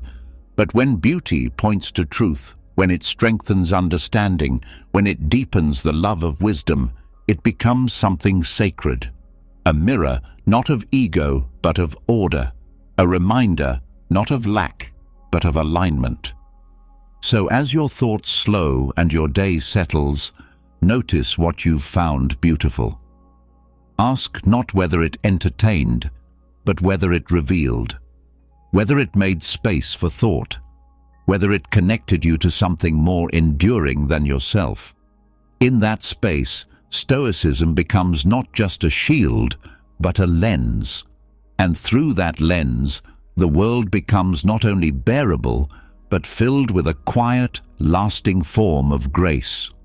To see beauty clearly without needing to own it is a kind of freedom. It teaches detachment not as coldness, but as deeper respect for the world, for others, and for time itself. But there is one truth that brings all this into focus more sharply than any painting, poem, or sculpture. A truth that waits at the edge of every moment and gives shape to all others: death. And how we choose to face it reveals the very structure of our philosophy. The Stoics did not fear death. They did not glorify it either. They accepted it as part of the natural cycle, neither enemy nor punishment, but simply a boundary, a marker, a return. To them, death was not a threat to be ignored or hidden away. It was a teacher, and its lesson was simple. Life is short, so use it well. This mindset became one of the most powerful and lasting parts of Stoic thought. It shaped how people lived and how they prepared to die. The phrase, memento mori, remember that you will die, is not a warning meant to cause panic. It is a call to awareness. To remember death is to remember life, not in a shallow or anxious way, but with clarity. Every choice becomes more meaningful when you know it may be your last. The Stoics practiced this awareness daily. Marcus Aurelius wrote often about the shortness of life, not to scare himself, but to stay focused. He reminded himself that most of what we worry about will not matter at the end. That the praise of others, the pursuit of status, the need to control, none of it travels beyond the grave. What lasts is how we lived, how we treated others, how closely we followed reason. Seneca took it further. In his letters, he said that learning to die is the key to learning how to live, because the person who no longer fears death is free. Free from manipulation, free from delay, free to speak truth, to act now. Death was not something to avoid thinking about. It was something to keep in view, like a compass, always pointing us back to what matters. This practice was not unique to Stoicism, but Stoicism gave it a language that others could adopt, and many did. The idea of memento mori traveled through history, shaping cultures far beyond Rome. In medieval Christianity, monks kept skulls in their cells, not to worship, but to remind themselves that each day was a gift. That time could not be wasted. In Japan, the samurai code of Bushido echoed Stoic principles. Samurai were trained to meditate on death regularly. They were taught that only by accepting death could they act with full presence and courage. A warrior who fears death hesitates. A warrior who accepts death chooses with clarity. This is not brutality. It is awareness sharpened to action. Victorian mourning culture, often seen as rigid or morbid, was also influenced by older ideas about accepting loss. Mourners wore black, not just out of duty, but as a public recognition of grief. Death was not hidden. It was expressed, ritualized, and acknowledged. While the customs could be formal, the intent was to integrate death into life, not to pretend it wasn't there. In art and literature, memento mori appeared as symbols: a skull on a desk, a wilted flower, a candle about to go out. These were not only symbols of decay, they were reminders to pay attention, to love what you have while you have it, to be present, because presence is all that can truly be kept. Even in modern psychology, the power of accepting death has been rediscovered. Studies show that those who contemplate mortality regularly often report greater life satisfaction. They take fewer things for granted. They make decisions based on values, not fear. The Stoics understood this long before data confirmed it. They knew that the denial of death leads to wasted time. That distraction becomes a form of escape. And that escape from reality is the beginning of confusion. By making peace with death, the Stoic becomes more alive. Because every morning becomes a beginning. Every goodbye, a reminder of connection. Every delay, a question worth asking. Is what I'm doing worth the time it's taking from my life? That is the test. Not whether something feels urgent, but whether it feels true. This awareness also changes how we treat others. Knowing that everyone we love will one day die makes kindness more urgent. It reminds us to forgive quickly, to speak gently, to listen more. We stop assuming that there will always be more time, and in doing so, we live more fully within the time we have. The Stoics also taught that death is not the worst thing that can happen. Dishonor, cruelty, cowardice, these are worse, because they corrupt the soul. Death, by contrast, is a natural event. It cannot be avoided, but it can be faced. To die well for a Stoic was not about grandeur. It was about remaining consistent with one's values, even at the end. And this is where their approach to death differs from mere detachment. It is not apathy. It is not coldness. It is reverence, stripped of illusion. To accept death is to stop clinging to illusions of control, to stop pretending that we are owed a certain amount of time. No one is promised tomorrow. The Stoic says, use today as if it were your last, not in panic, but in purpose. This does not mean rushing or burning out. It means choosing deliberately, a walk with a friend, a thoughtful conversation, a simple act of generosity. These are not small if done in awareness. They become sacred because they are fleeting. There is also a quiet courage that comes from this mindset. When fear rises, the Stoic does not pretend to be immune, but they ask, What am I truly afraid of? Pain, loss, the unknown? And then they look closely at each fear. They dissect it, they question it, and in that process, many fears shrink. What cannot be removed is accepted, and in that acceptance, peace grows. This is not a one-time insight.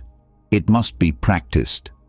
Death must be remembered gently, daily, not to cause anxiety, but to remove it. To remind us that life is not a rehearsal, that love is not automatic, that purpose is not guaranteed. It is chosen, moment by moment. As this night deepens and the world slows, let the thought of death be not a shadow, but a light, not an ending, but a reason to forgive, to simplify, to be honest, to act. The Stoic sees death not as an interruption, but as part of the whole, and because of that, they live with a rare kind of focus, a love of life unclouded by denial, a dignity shaped not by how long they live, but by how completely they show up before the end. To live with death in view is to live with greater clarity. It sharpens priorities, reveals illusions, and strips away waste. But while death brings urgency, it is our relationship with life's daily choices, what we seek, what we avoid, and what we trade for meaning, that shapes our direction most consistently. And in this area, perhaps nothing reveals our character more than how we handle wealth, labor, and desire. The Stoics understood this well. They did not write about economics in the modern sense, but their views on money, work, and self-control form a powerful early framework for thinking about how we exchange time, energy, and resources. In fact, their insights closely align with ideas that would later be explored in behavioral economics, long before the field even existed.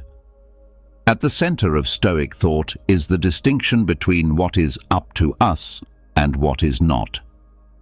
Wealth clearly falls into the second category. You can work hard, plan carefully, and still face poverty due to forces beyond your control. Markets crash, health fails, wars erupt. The Stoics did not condemn money, but they saw it for what it was, an external. And externals, by definition, should never determine your inner peace. Yet they knew that wealth was a powerful influence. It shapes behavior, creates dependencies, and invites distortion. So they taught that the true test of wealth is not how much you have, but how little it controls you. Seneca, who himself was wealthy, wrote extensively about the risks of fortune. He warned that possessions often possess the owner, that luxury, once tasted, becomes hard to live without.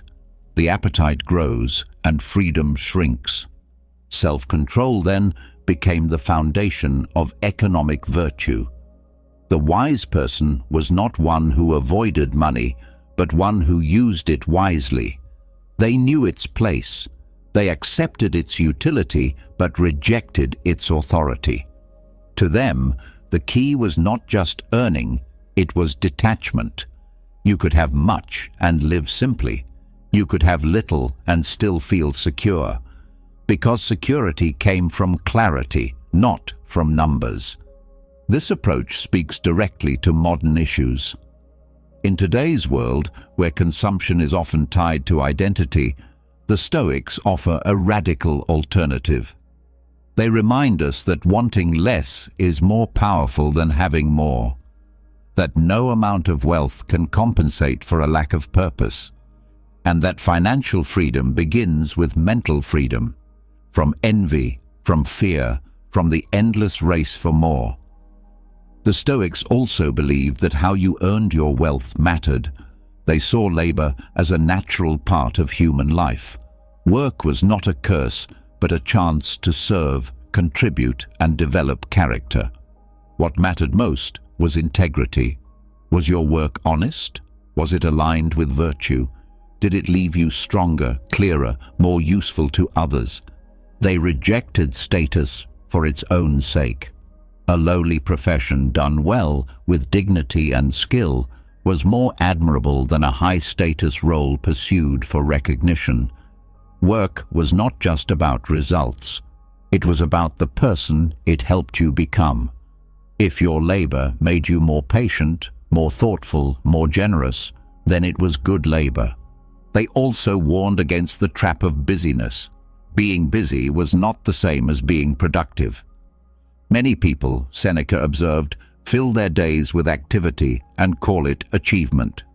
But unless that activity serves something real, wisdom, justice, contribution, it is only movement, not progress.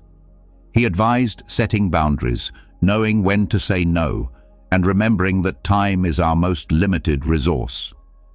This concept of time management, rooted in values rather than urgency, overlaps with modern behavioral economics.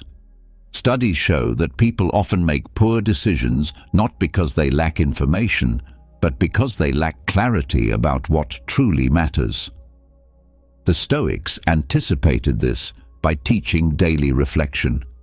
Reviewing how you spent your time, what you pursued, what you delayed.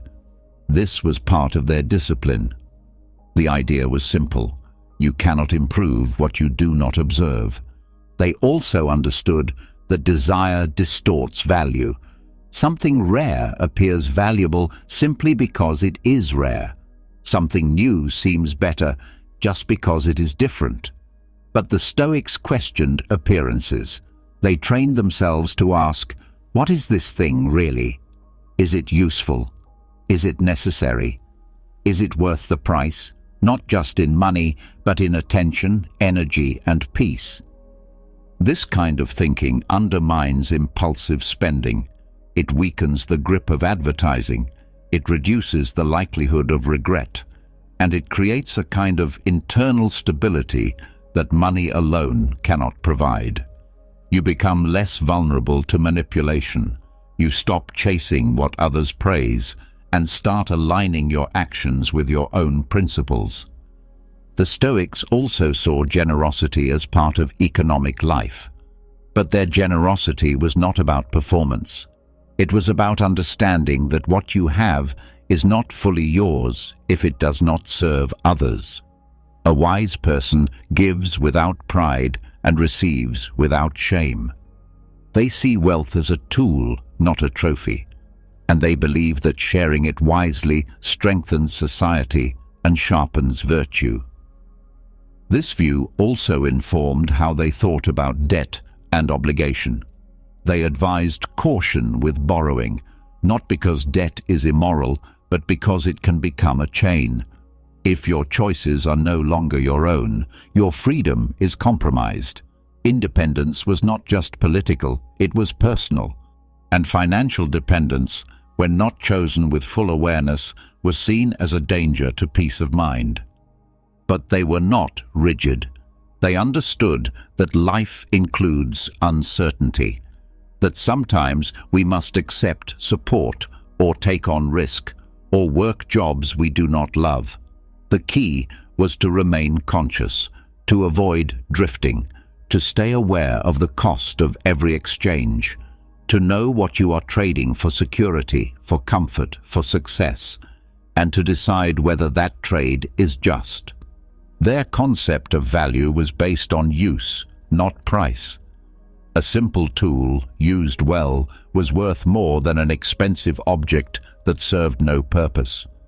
This view challenged the social norms of their time and of ours.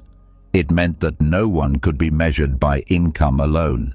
That worth was internal, and that true poverty was not lack of funds, but lack of discipline. In this way, Stoicism becomes an economic philosophy grounded in ethics. It invites questions that modern society often avoids. How much is enough? What are you giving up to gain more? Are you acting from choice or from fear? Are you free?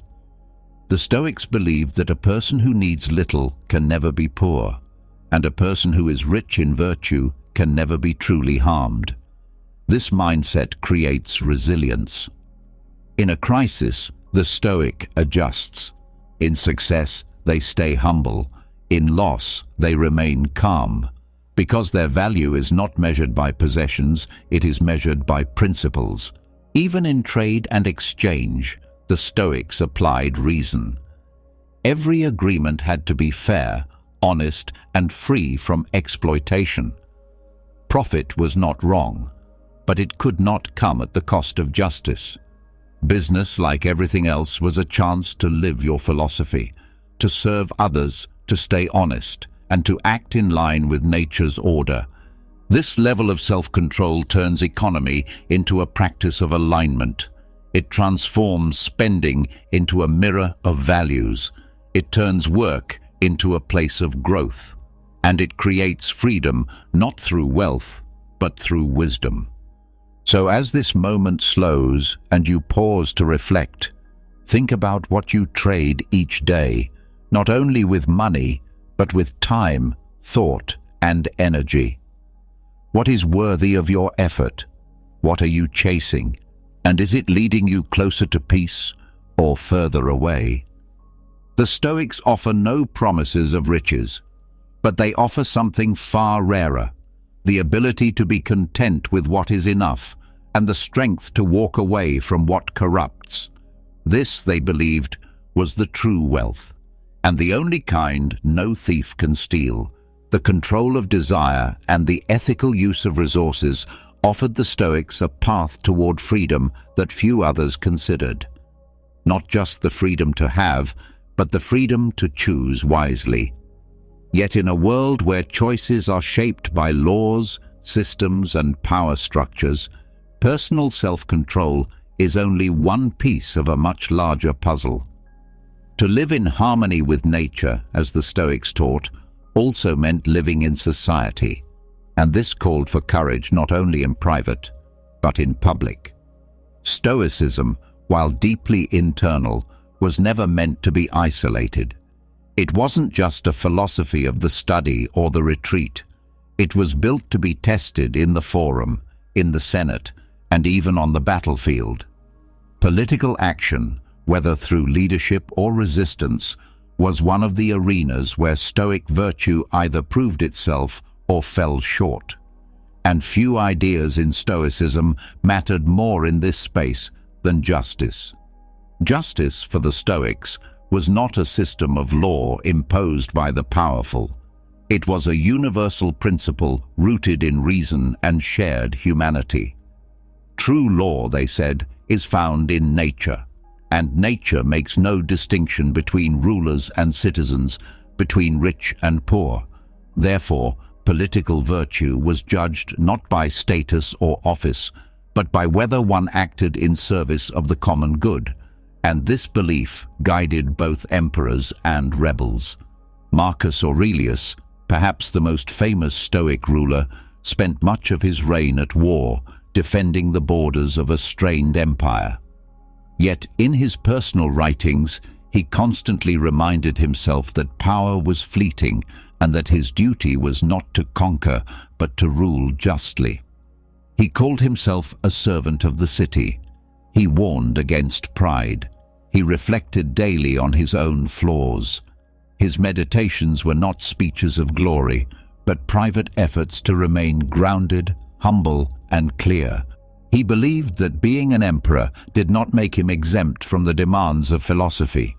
In fact, it made them more urgent.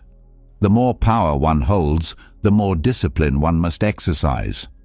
Leadership, to a Stoic, was not a prize. It was a burden that had to be carried with clarity and restraint. The true danger was not the enemy at the gate, but the decay of one's own character under the weight of ego.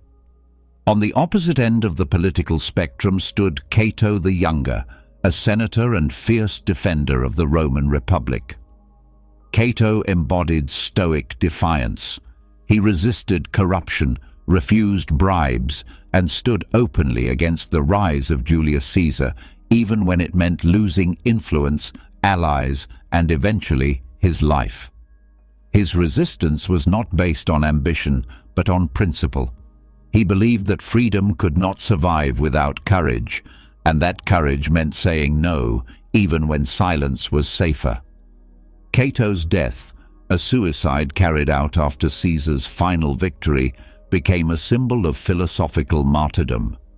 For many later Stoics, it was proof that virtue must not bow to tyranny, that even when power wins, character can remain undefeated. It was not the outcome that mattered, it was the integrity of the action. This view shaped how Stoics approached civil disobedience, not as rebellion for its own sake, but as fidelity to a higher order than the laws of men.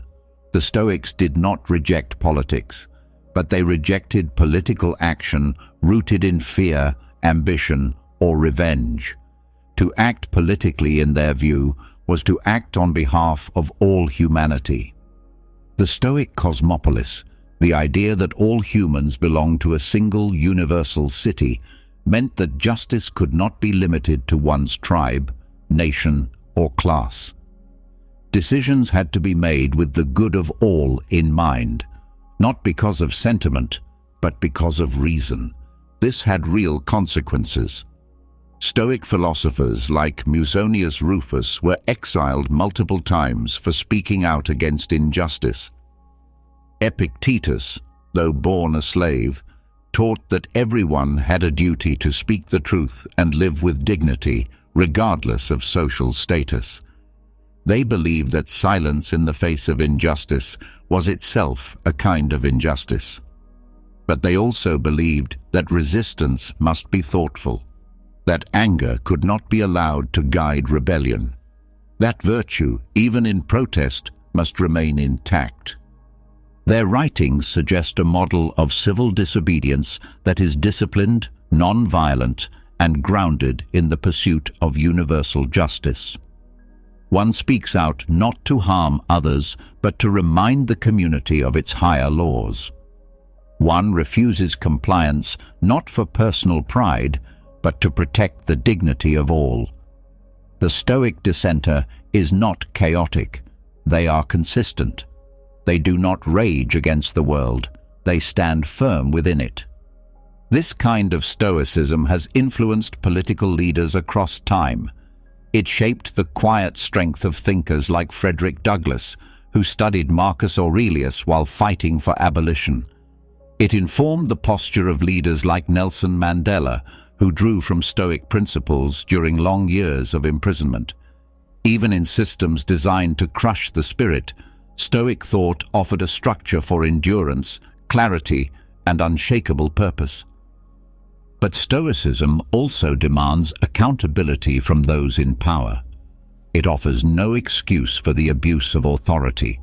If power corrupts, it is because the person holding it has failed to practice self-governance. A true Stoic leader does not seek followers. They seek the well-being of the governed. They listen, they admit fault, and they act not from impulse, but from deliberation. In a world of loud promises, this kind of leadership is rare and urgently needed. This philosophy can also inform civic life today. In polarized societies, where disagreement quickly becomes hostility, Stoic restraint offers a way to engage without hatred, to advocate without attacking, to listen without surrendering truth. It reminds us that strength is not loudness, that reasoned speech, respectful disagreement, and calm resistance are forms of power more lasting than force. It also challenges citizens to examine their own role. Democracy is not sustained by outrage alone. It requires discipline, patience, and clarity. It requires people willing to sacrifice convenience for principle.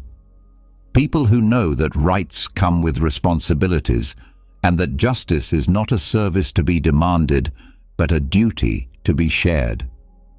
The Stoics remind us that character must come before outcome, that every vote, every protest, every civic action should first ask, is this aligned with virtue? Does this serve more than just my interest? Does this build a society where reason, dignity, and justice can grow? This is not a passive philosophy. It does not wait for perfection. It acts, but it acts with care, with attention to timing, method, and goal. It does not burn down for the sake of noise. It clears space for something better. It holds power accountable, not just in others, but in oneself.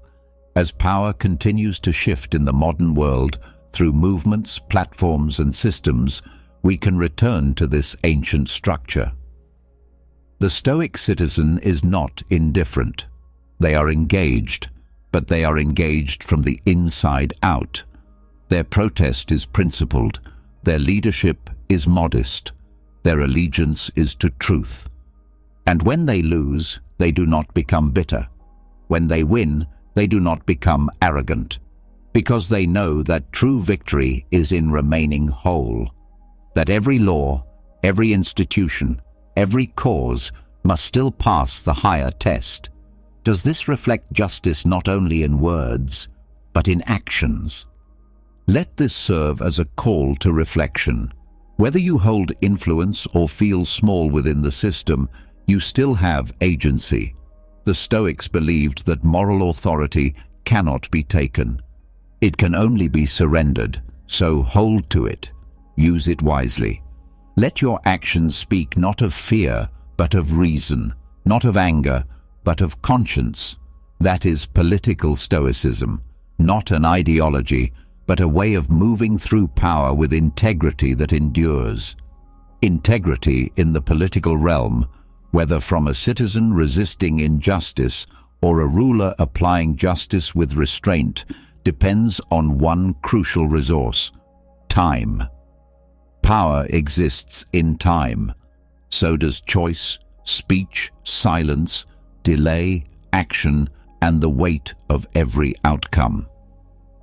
Time frames every decision, defines every consequence, and ultimately determines how a life is remembered. But while many chase the future or grieve the past, the Stoics stood still in the middle and asked a deeper question: what is time really, and how should we live inside it? For the Stoics, time was not just a measure of moments. It was a force, a cycle, and a teacher. They believed the universe itself was bound to time not in a straight line, but in a loop. Events did not unfold randomly. Everything was connected through an unbroken chain of cause and effect, governed by reason and bound to repeat in infinite recurrence. What has happened will happen again. What is true now was true before and will be again. This view is not cold, it is grounding. If time is a loop, then your choices are not isolated. They are echoes of every other choice made by people like you in situations like yours. There is a pattern, and because there is a pattern, you are never truly alone in your experience. You walk paths that others have walked. You face fears that have been faced. This, the Stoics believed, could be a source of great calm. But time was not only cyclical to them, it was present.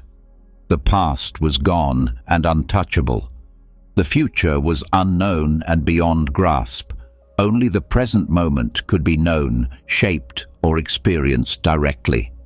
This made presence not just a mental habit, but a moral stance. To live outside the present was, in a sense, to abandon your duty. Because if virtue is action, and action only occurs now, then now is where life happens. Seneca wrote that we suffer more in imagination than in reality. He warned against pouring our energy into what might be, what could happen, or what we failed to do. Anticipation and regret were mental traps.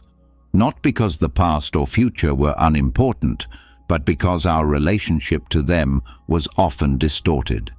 The mind adds weight to events that do not need it. Fear grows in the space of uncertainty. But in the present, everything can be seen more clearly. This approach influenced how Stoics dealt with anxiety. When you worry, you're often reacting not to what is real, but to what is possible. The mind races through imagined outcomes, most of which never come. The Stoic method is to pause, assess, and ask, what is happening right now? What is required of me in this exact moment? This practice pulls attention away from illusion and back toward clarity. They didn't deny the past. They learned from it. Marcus Aurelius reflected often on mortality and the lives of those who came before him. He reminded himself that even the most powerful were eventually forgotten, that the names once shouted in the streets now live only in stone or dust. This awareness was not depressing, it was humbling. It stripped away pride and helped him focus on what could be done with the time remaining. The Stoics believed that each moment was a gift, not because it was special, but because it was real. It was the only place where thought could meet action, where values could take shape in behavior, and where the self could be tested and formed. This emphasis on presence shaped how they spoke, how they judged, how they listened, and how they chose.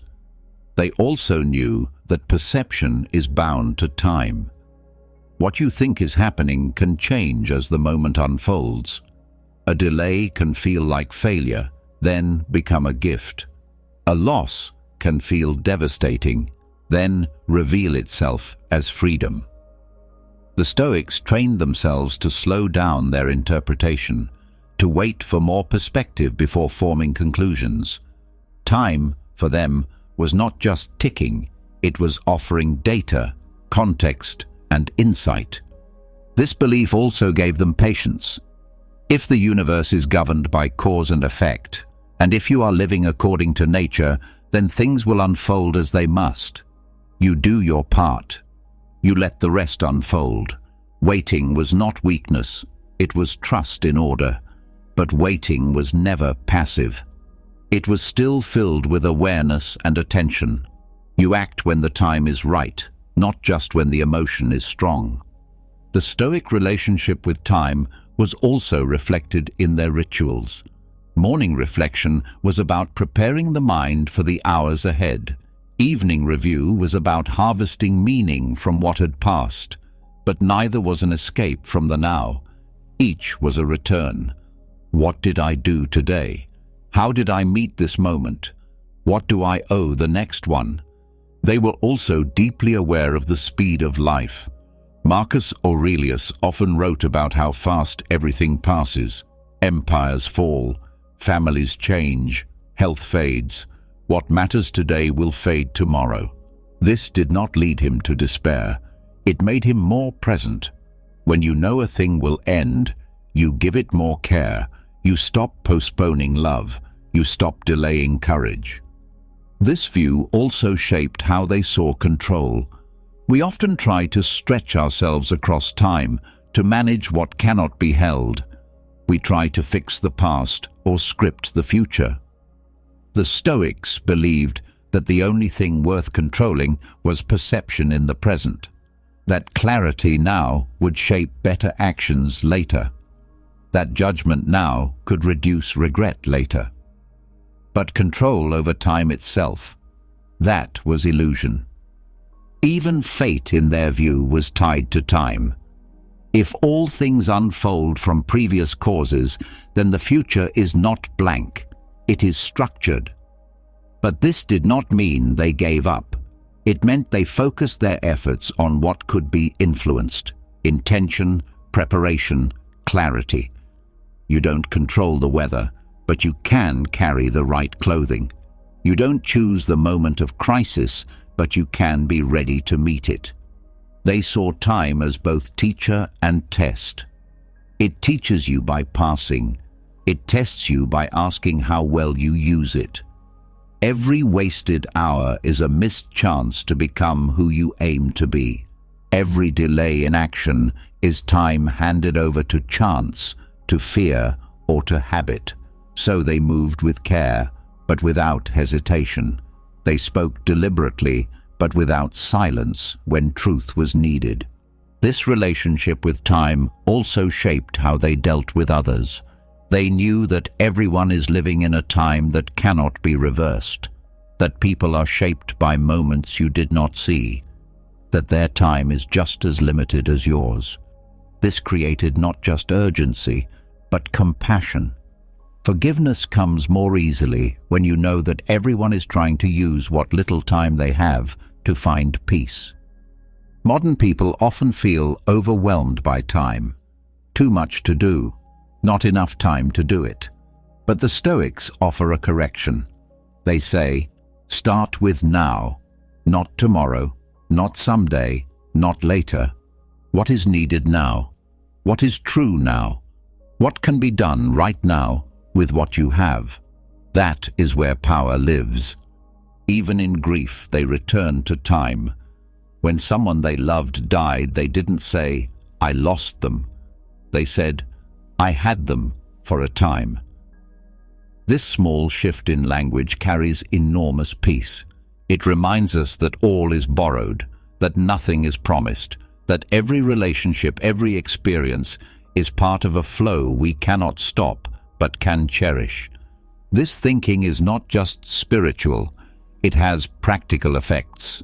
It reduces procrastination. It clarifies priorities. It strengthens discipline. It makes it easier to say no and more meaningful to say yes. When time is seen as the field in which character is tested, you stop wasting it. And when you stop wasting it, life becomes richer, not longer, but fuller. As the day closes and the minutes slow, let this be the reminder. Time is not the enemy. It is not a race. It is not slipping through your fingers. It is the canvas. It is the space where you build who you are. It does not ask for perfection.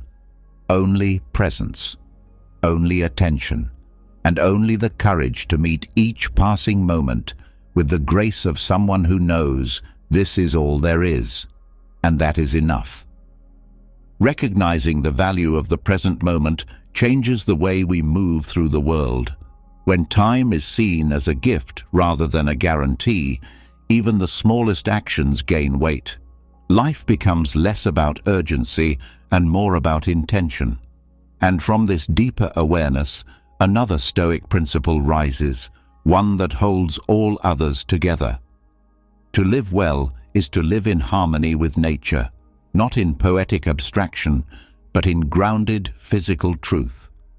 Nature, to the Stoics, was not a backdrop. It was law. This concept, often repeated in Stoic texts, carried meaning far beyond personal alignment. Living according to nature meant living in agreement with the universe's rational order. But it also meant recognizing that humans are not separate from the natural world. We are an expression of it. To understand the Stoic view fully, one must go beyond the moral and logical and into the ecological. Their philosophy anticipated what we now call environmental ethics, not in modern terms, but in ancient principles. The Stoics believed that everything in the cosmos is connected by logos, the divine reason that structures reality. This reason is not confined to human thought. It flows through trees, oceans, stars, animals, seasons. Each thing, no matter how small, plays a role in the great living whole. To interfere with this balance selfishly or carelessly was not only foolish, it was irrational. This belief created a kind of early ecological humility. The Stoics did not view nature as a resource to be used without limit.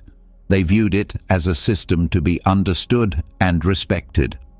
When they said that virtue is living according to nature, they meant living in tune with what the universe demands of us as rational beings within a larger shared system. The wise person, therefore, did not act in ways that destroyed the environment or disrupted natural cycles. They saw their place as caretakers, not owners. They taught that excess, whether in consumption, ambition, or exploitation, leads to disorder, and disorder breaks the harmony of nature. Seneca, for instance, warned about greed not just because it harmed the soul, but because it disrespected the natural limits of the world. He believed that simple living, moderation, and gratitude were not only morally sound, but environmentally aligned. The Stoic commitment to frugality was not just about personal virtue, it mirrored nature's own efficiency. Nothing in nature wastes. The rain falls where it's needed. The tree sheds what it cannot carry. The river follows its course without force. Observing these patterns, Stoics drew lessons on how to live, not through domination, but through participation. They also believed that nature provides us with everything necessary for a good life, that most suffering comes from ignoring this truth and chasing things beyond what is natural. A person who tries to own more than they need, who pollutes for short-term gain, who extracts without giving back, is not living according to reason. They are, in Stoic terms, sick in soul. Even their concept of justice extended to the non-human world. While they did not write of animal rights or climate policy, their principles suggest a form of moral consideration that includes all forms of life. If justice is giving each thing its due, then trees, animals, air, and water deserve care, not because they serve us, but because they belong to the same whole. Nature is not property, it is kin. This way of thinking has deep implications for how we treat the earth today. Modern crises, from deforestation to pollution to climate change, are often framed as technical problems. The Stoics would see them as moral failures, failures of restraint, of awareness, of gratitude. When humanity acts without regard for natural law, it is not just damaging the planet, it is acting against itself. To them, environmental neglect is not a side issue. It is a reflection of disordered values. If someone cannot limit their desires, if they cannot see beyond their momentary gain, they are not truly free. And if a society encourages that behavior, it is heading away from wisdom, not toward it. True civilization is not measured by wealth or speed. It is measured by how well it fits within the greater order. The Stoics' attention to natural rhythms also shaped how they thought about cycles, birth and death, growth and decay, seasons of abundance and scarcity. They did not seek to escape these patterns. They sought to understand and honor them. A leaf falls not because it is wrong, but because it is time. A drought does not mean nature has failed, but that its balance is shifting. This respect for impermanence kept them grounded and reminded them that human control is limited. Their approach invites reflection on what we consider progress. Is it progress to conquer nature or to cooperate with it? Is growth always good, or only when it aligns with health and harmony? The Stoics would argue that true growth is internal, measured by wisdom, not by expansion. When expansion harms the natural order, it is regression, not development.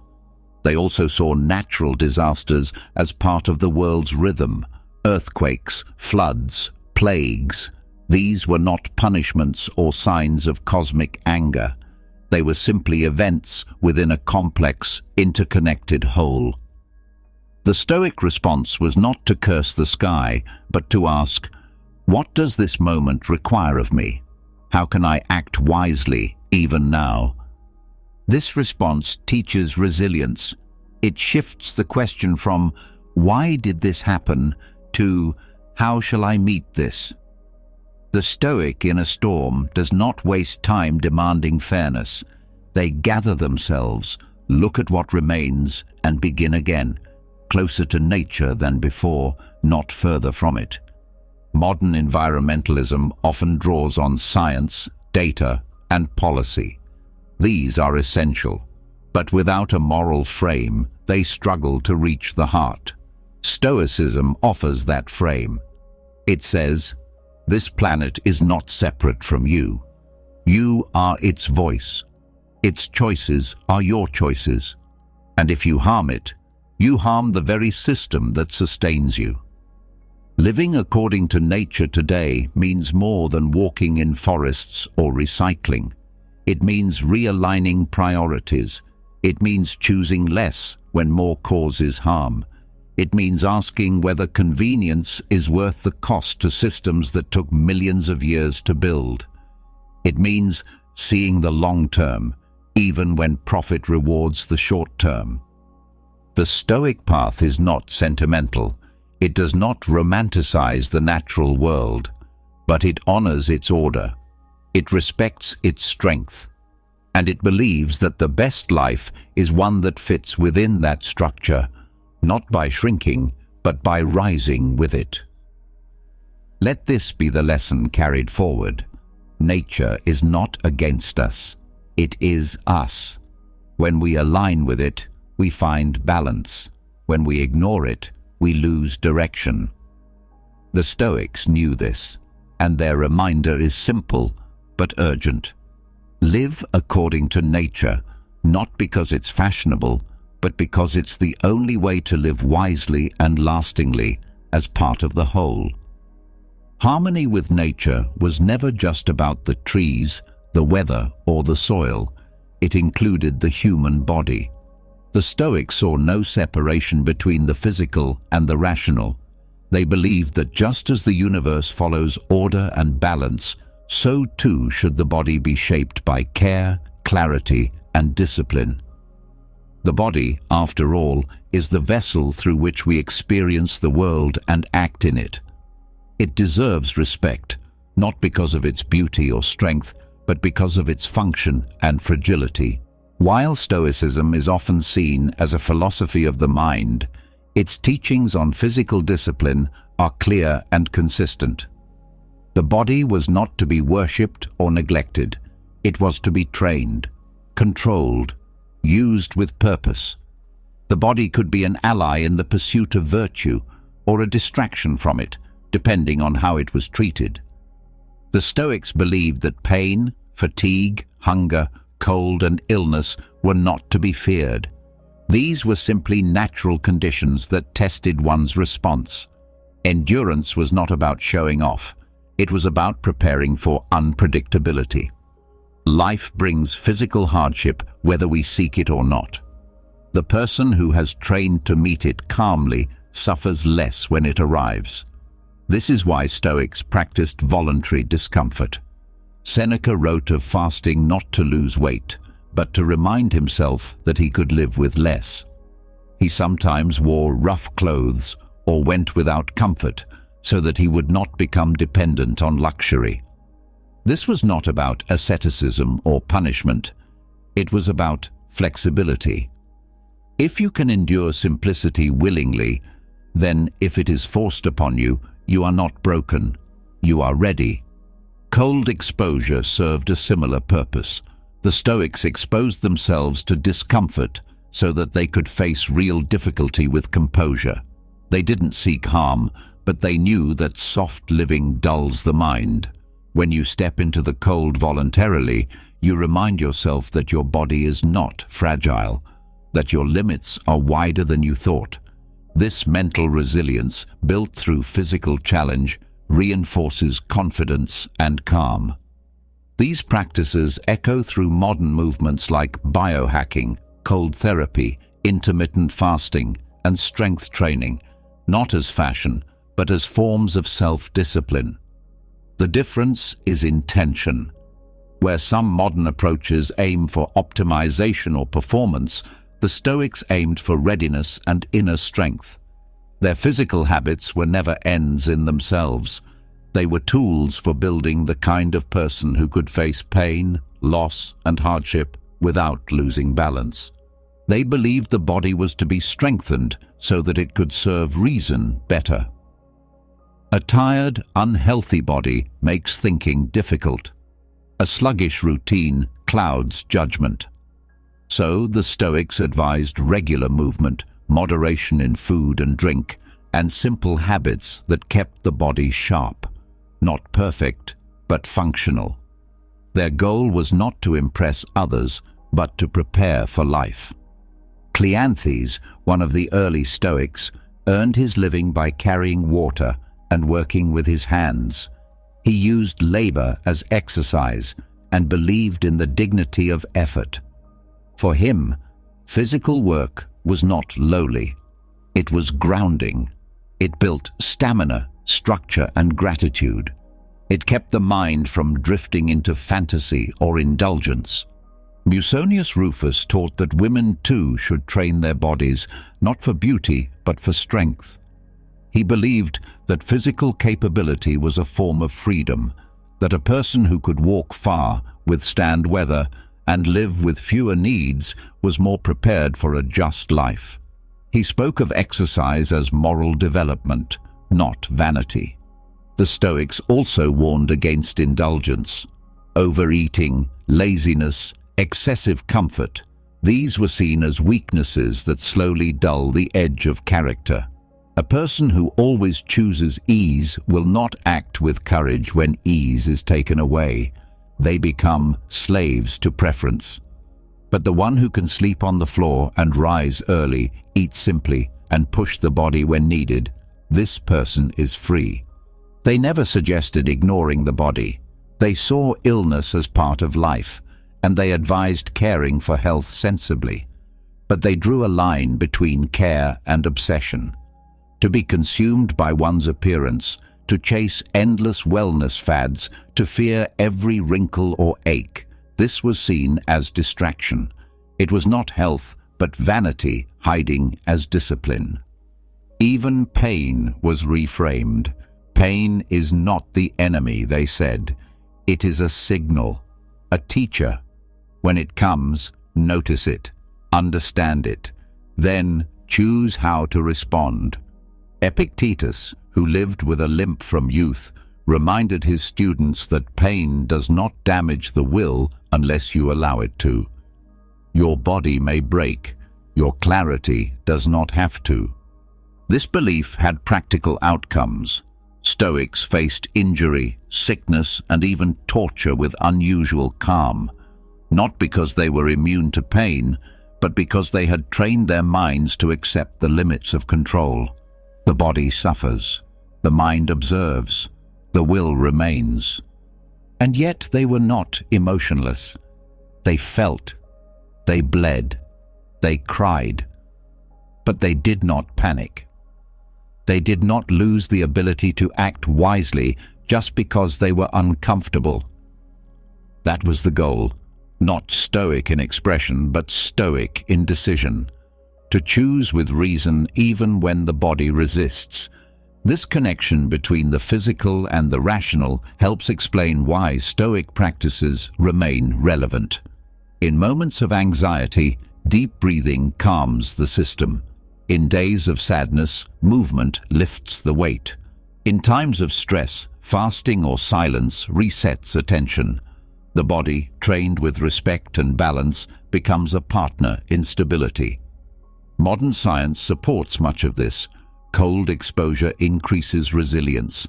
Fasting sharpens focus. Regular movement boosts clarity. But the Stoics knew it intuitively. They listened to their bodies without being ruled by them. They made space for effort, not to punish, but to protect what mattered most, the ability to think clearly and act justly. They also understood recovery. Discipline included rest. Sleep was respected, not ignored. Balance was not constant strain, but consistent effort. The wise person, they believed, knew when to push and when to pause. They paid attention not just to how they felt, but to what their purpose required. Today, when health is often tied to appearance or performance, Stoic wisdom offers a different path. Care for the body, not to impress, but to endure. Challenge it, not to conquer, but to cooperate. Use it, not for ego, but for action. Let that guide you in the quiet hours. The body you carry is not a burden. It is not a project. It is a partner. Treat it with purpose. Strengthen it with intention. And when discomfort comes, face it not with fear, but with readiness. Because a mind at peace and a body prepared form a unity that can carry you through anything, rooted, resilient, and free. A body prepared for discomfort supports a mind that resists panic. It holds firm when storms arise, allowing reason to guide behavior rather than emotion. But this resilience, this deep seriousness of Stoic practice, often creates a mistaken impression that Stoicism is grim, lifeless, or cold, that to live with discipline is to live without joy. In truth, the early Stoics understood something that often goes unnoticed, that laughter, irony, and a sharp sense of humor are tools of survival and clarity, not distractions, but enhancements of wisdom. Their humor was not loud or flashy. It was dry, purposeful, and always tied to truth. The Stoics didn't laugh to avoid pain. They laughed because they saw through illusion. They used irony to pierce pretense. They pointed out the contradictions in others and in themselves, not to mock, but to remind. It was not cruelty. It was clarity delivered with a smile. Chrysippus, one of the founding minds of the school, was known for his logical rigor, but also for inserting biting humor into his philosophical debates. His arguments sometimes included jokes, unexpected reversals, and absurd conclusions, not to confuse, but to awaken thought. He understood that sometimes reason alone is not enough. Sometimes the quickest way to reveal nonsense is to exaggerate it. Laughter in these moments becomes recognition. Seneca was even more explicit. He wrote with elegance and moral seriousness, but his letters are filled with wit. He could make fun of himself and his surroundings while still offering deep lessons. He once joked about people who decorate their walls with expensive art, but fill their minds with trash. The irony is sharp, but it is not angry. It invites the reader to laugh, then to reflect.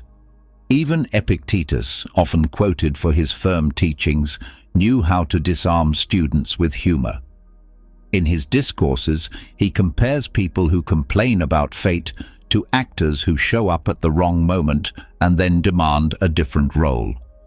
His tone is playful but pointed. He doesn't just lecture, he engages. He invites people to see the absurdity of their own assumptions and, in that moment of recognition, to change. This style was intentional. The Stoics saw irony as a way to loosen attachments. When you can laugh at yourself, you are less controlled by pride. When you can see the ridiculous side of ambition, status, or vanity, their power weakens. Irony opens a gap between stimulus and response, a space where wisdom can enter. Their humor also served as protection. Life was filled with absurdities, corrupt officials, false prophets, dramatic egos, unpredictable weather, sudden illness. If you meet every absurdity with frustration, you lose balance. But if you meet it with a raised eyebrow and a steady response, you remain centered. The Stoics chose the second path. They did not expect the world to make sense on the surface, but they trusted that a deeper logic remained, and humor helped them keep perspective. They did not treat humor as escape. They used it as a weapon against self-deception. When someone claimed to be wise yet chased applause, a Stoic might point out the contradiction, not with anger, but with a question laced in irony. So you wish to be admired by people you believe are foolish. The laugh is immediate, but so is the shift in understanding. Their use of humor also reflects their psychological insight. They knew that shame and fear thrive in silence, that people hide their flaws and become defensive when exposed too directly. But when criticism is wrapped in humor, it softens the blow. It makes reflection possible. A joke can say what a lecture cannot. It opens minds rather than closing them. Even in their metaphors, Stoics leaned into irony. They compared the mind to a garden needing constant care, the passions to wild dogs, the ego to a drunken guest at a party. These images stick. They make complex ideas memorable. They invite the listener not just to understand, but to see and feel. This is why Stoicism, despite its serious themes, was never heavy-handed. It carried weight, but also lightness. It didn't demand perfection. It invited effort, laced with reminders that everyone fails and that failing isn't tragic. It's human. That you can fall, then laugh at how you tripped, then stand up straighter. Modern readers often miss this. They focus on the quotes that sound stern, the teachings that demand control, and assume the Stoics were stone-faced. But a closer look shows a more human philosophy, one that used laughter as an ally in the pursuit of truth. Today, this part of Stoicism matters more than ever. In a world that often takes itself too seriously, where disagreement quickly turns to offense, where pride hides behind every screen, the ability to laugh at yourself is a sign of strength. Irony becomes a form of emotional agility. Humor becomes a doorway to humility. The Stoic practice of journaling often included not just confession, but lightness. "I failed today," one might write, "but at least I didn't yell at the dog this time." The laughter doesn't erase the effort, it supports it. It gives permission to keep going without the weight of guilt. It replaces shame with responsibility and effort without ego. And when facing external absurdities, traffic, bureaucracy, public drama, the Stoic smile remains. Not out of indifference, but out of understanding. If you can't change something, you can still change how you respond. And if the situation is absurd, sometimes the best response is simply to notice the absurdity and choose reason anyway. This does not mean laughing at everything. It means knowing when a heavy heart would break under its own seriousness and when a well-timed grin can carry it through. The Stoics practiced this not for show, but for survival, for sanity, for balance. As you reflect now, consider what role laughter plays in your life. Is it a mask or a mirror? Is it an escape or a return? When did you last smile at your own stubbornness? When did irony help you let go of a mistake instead of defending it? Let Stoicism be more than grit. Let it be full. Let it contain silence, strength, failure, and also the lightness that says, "I see what this is. I see myself in it, and I can move forward with steadiness, with self-awareness, and maybe even with a quiet smile." In this, the Stoics remain deeply modern, not just in their thought, but in their tone. And their humor, still dry after all these centuries, carries the same wisdom. Take life seriously enough to laugh at it, and take yourself just lightly enough to grow. To recognize the place of humor in Stoicism is to understand that wisdom is not always heavy. It can laugh at itself, uncover truth with wit, and correct error without shame. But before the Stoics ever developed this balance between reason and irony, clarity and humility, there was another voice that shaped the foundation of all their thought. A man who did not call himself a Stoic, who never wrote a word of philosophy, but whose trial and death would echo into a movement centuries later. Socrates. Though separated by generations, The Stoic school owed its origin to this single figure. Zeno of Citium, the founder of Stoicism, began his journey not with formulas or doctrines, but with a book about Socrates. After surviving a shipwreck and wandering into a bookstore in Athens, he stumbled upon Xenophon's Memorabilia, a collection of Socratic dialogues. What he read there changed the course of his life. From the pages of a conversation long past, Zeno discovered a model of thought, character, and conviction that would shape everything he would later teach.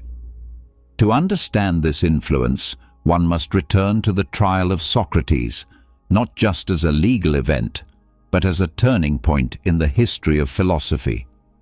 In 309 BCE, Socrates was accused of corrupting the youth and impiety. These charges were vague, but the underlying fear was clear. Socrates challenged the powerful. He questioned the wise. He exposed contradictions. And he did so publicly, not with anger, but with a quiet method that revealed what many wished to hide. At his trial, Socrates refused to flatter the jury. He did not plead for his life. He offered no apology in the modern sense. He simply explained his actions, asked questions, and reminded his accusers that fear of death is not wisdom.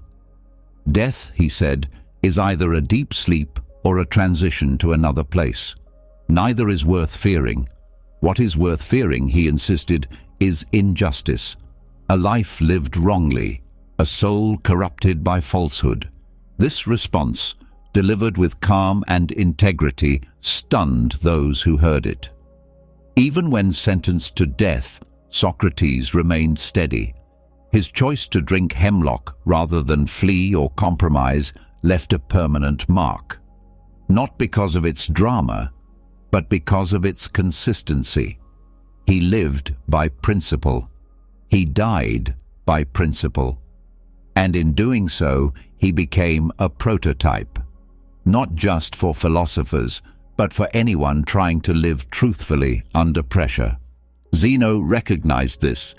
When he began developing his own philosophy decades later, he borrowed not just from the content of Socrates' teachings, but from the shape of his life. The idea that virtue is the only true good. That external things, wealth, pleasure, pain, even death, should not disturb a wise person. These are Socratic ideas. Zeno systematized them. He built a school around them. But the root was already there. Socrates had planted a seed. Zeno cultivated it with logic, ethics, and cosmology. The difference was that Socrates was a questioner.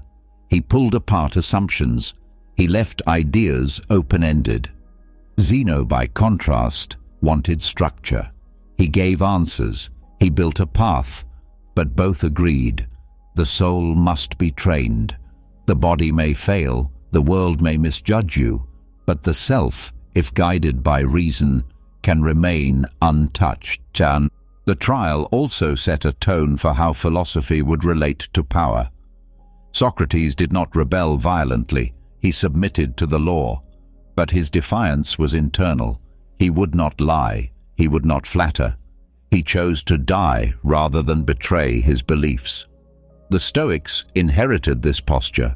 They taught obedience to law when just and resistance when required by conscience. Like Socrates, they believed that what matters most is not outcome, but fidelity to reason. Cato the Younger, centuries later, would channel this exact spirit. So would countless others who saw in Socratic courage a model for civil strength.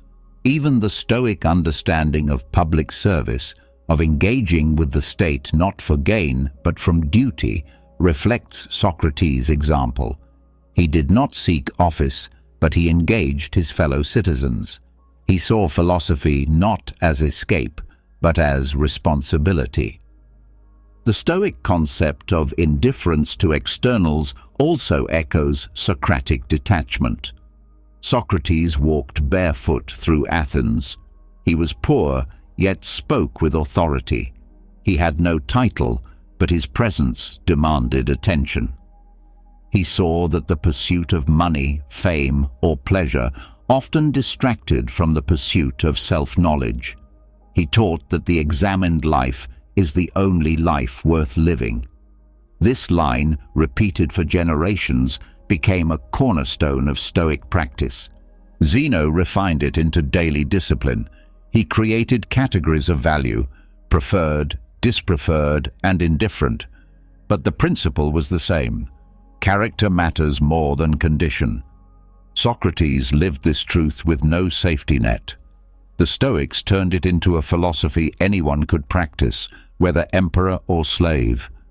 Even their method of dialogue, their use of questions, came from Socratic technique. Socrates never lectured. He asked. He teased out contradictions. He forced people to think, not with force, but with persistent logic.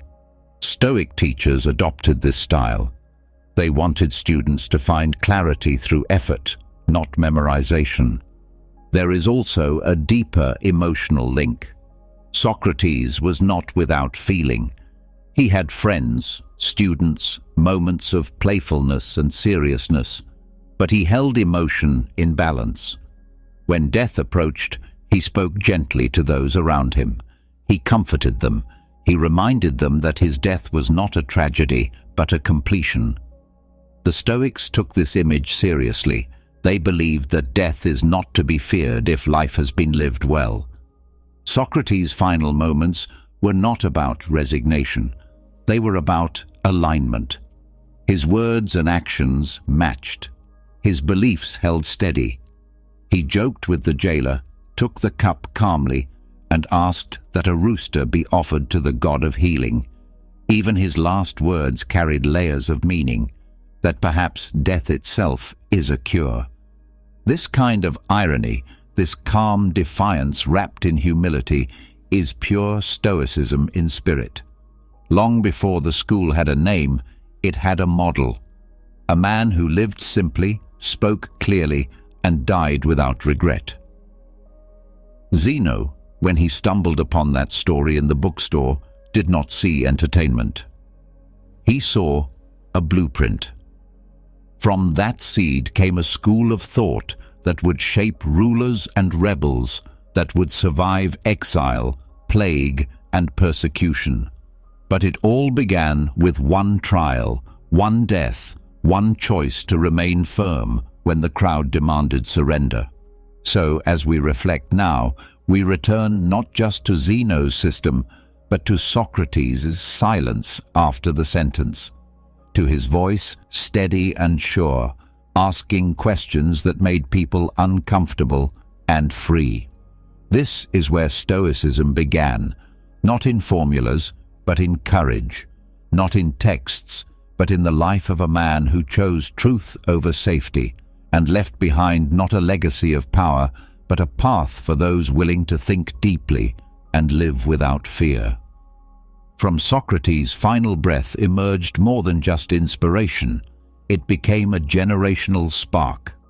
The courage he showed in the face of death modeled a life where values stood taller than fear, and where truth was passed not just in speech, but in silence. It was this transmission of strength through example that seeded what Zeno would later shape into a full philosophy.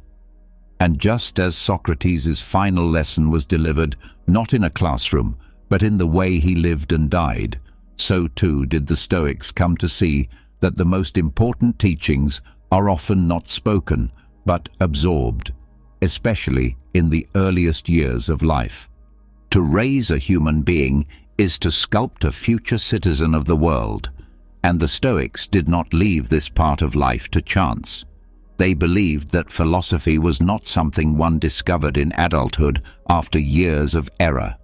It was something that should begin in childhood, not through complex theory, but through shaping character, forming habits, and building the inner architecture that could carry a person through joy, pain, praise, and rejection with the same steady strength. Children, they taught, are not born wise, but born capable. Capable of learning reason, of practicing virtue, of growing into a person who can think clearly and act justly. But that development is not automatic. It must be cultivated with care, and it begins not with punishment or control, but with example. The Stoics saw parents and teachers as moral guides. Their task was not to produce obedience, but understanding. They believed that the root of good behavior is not fear, but insight. A child who knows why a choice is right is far more likely to repeat it than one who simply fears the consequences of doing wrong. So they urged caregivers to model calm, to act with consistency, and to show through daily life what it means to live with principle. Discipline in Stoic thought was essential, but it was not domination. It was structure, a way of teaching that choices have consequences, that the world is not always soft, and that hardship is not cruelty but training. A child who learns to delay gratification, who learns to hear no without breaking down, who sees failure as part of the process rather than a threat to self-worth, is a child being shaped for freedom. They did not expect perfection. They expected progress. They saw mistakes as opportunities. A child who lies is not lost. They are learning the tension between fear and truth. A child who lashes out is not broken. They are exploring the boundary between feeling and control. In these moments, the adult's role is not simply to correct, but to guide, to ask, to listen, and to redirect with reason rather than rage. Autonomy was also central to their method. The Stoics believed that even young people should be given chances to decide, to choose, and to reflect. Not total freedom, but space. Space to fail and recover. Space to think and speak. Because only through practice can a child learn to trust their judgment and adjust it when needed. They advised teaching through stories, through shared challenges, through direct engagement with nature and labor. A child who worked with their hands, who saw the seasons change, who observed cause and effect, not just in books but in daily life, was more grounded than one protected from all discomfort. Comfort, they warned, can make the young weak. Exposure to manageable difficulty builds resilience. Musonius Rufus, one of the most respected Stoic teachers, spoke openly about education. He believed that virtue was not gendered. Boys and girls both should be taught courage, justice, and wisdom. He rejected the idea that some minds were born for philosophy and others not. All minds could grow if given the right soil. He also emphasized simplicity. Too much luxury at a young age, he said, blunts gratitude. When a child receives everything, they learn to expect. When they are denied nothing, they learn to crave. But when they live with enough, but not excess, they learn appreciation. And appreciation opens the door to humility. The Stoics saw no conflict between love and firmness. To love a child was not to shield them from truth, but to prepare them for it. To explain loss rather than hide it. To name sadness rather than pretend it doesn't exist. They believed children could handle truth, especially when spoken with warmth and care. They also warned against praise that feeds ego. Applauding a child endlessly for things they did not choose, appearance, talent, or outcomes, can turn praise into poison. Better to praise effort, patience, honesty, traits that can be chosen and cultivated. This creates a self-image tied to action, not accident. This approach has clear links to modern insights in psychology. Studies show that children praised for effort develop more grit, than those praised for intelligence. That emotional regulation begins with co-regulation, a calm adult helping a child name their storm. The Stoics, without neuroscience, already practiced these truths. They also believed that character mattered more than knowledge. A child who could quote philosophy but treat others with cruelty was not truly educated. Education for the Stoics meant forming a whole person, one who could stand up for others, take responsibility, and remain calm when challenged. Play, in their view, was not meaningless. It was practice. A child pretending to be a leader, a doctor, a judge. They were rehearsing future selves. So adults were encouraged to observe play, to enter it wisely, to offer small corrections when the child's choices revealed confusion or cruelty.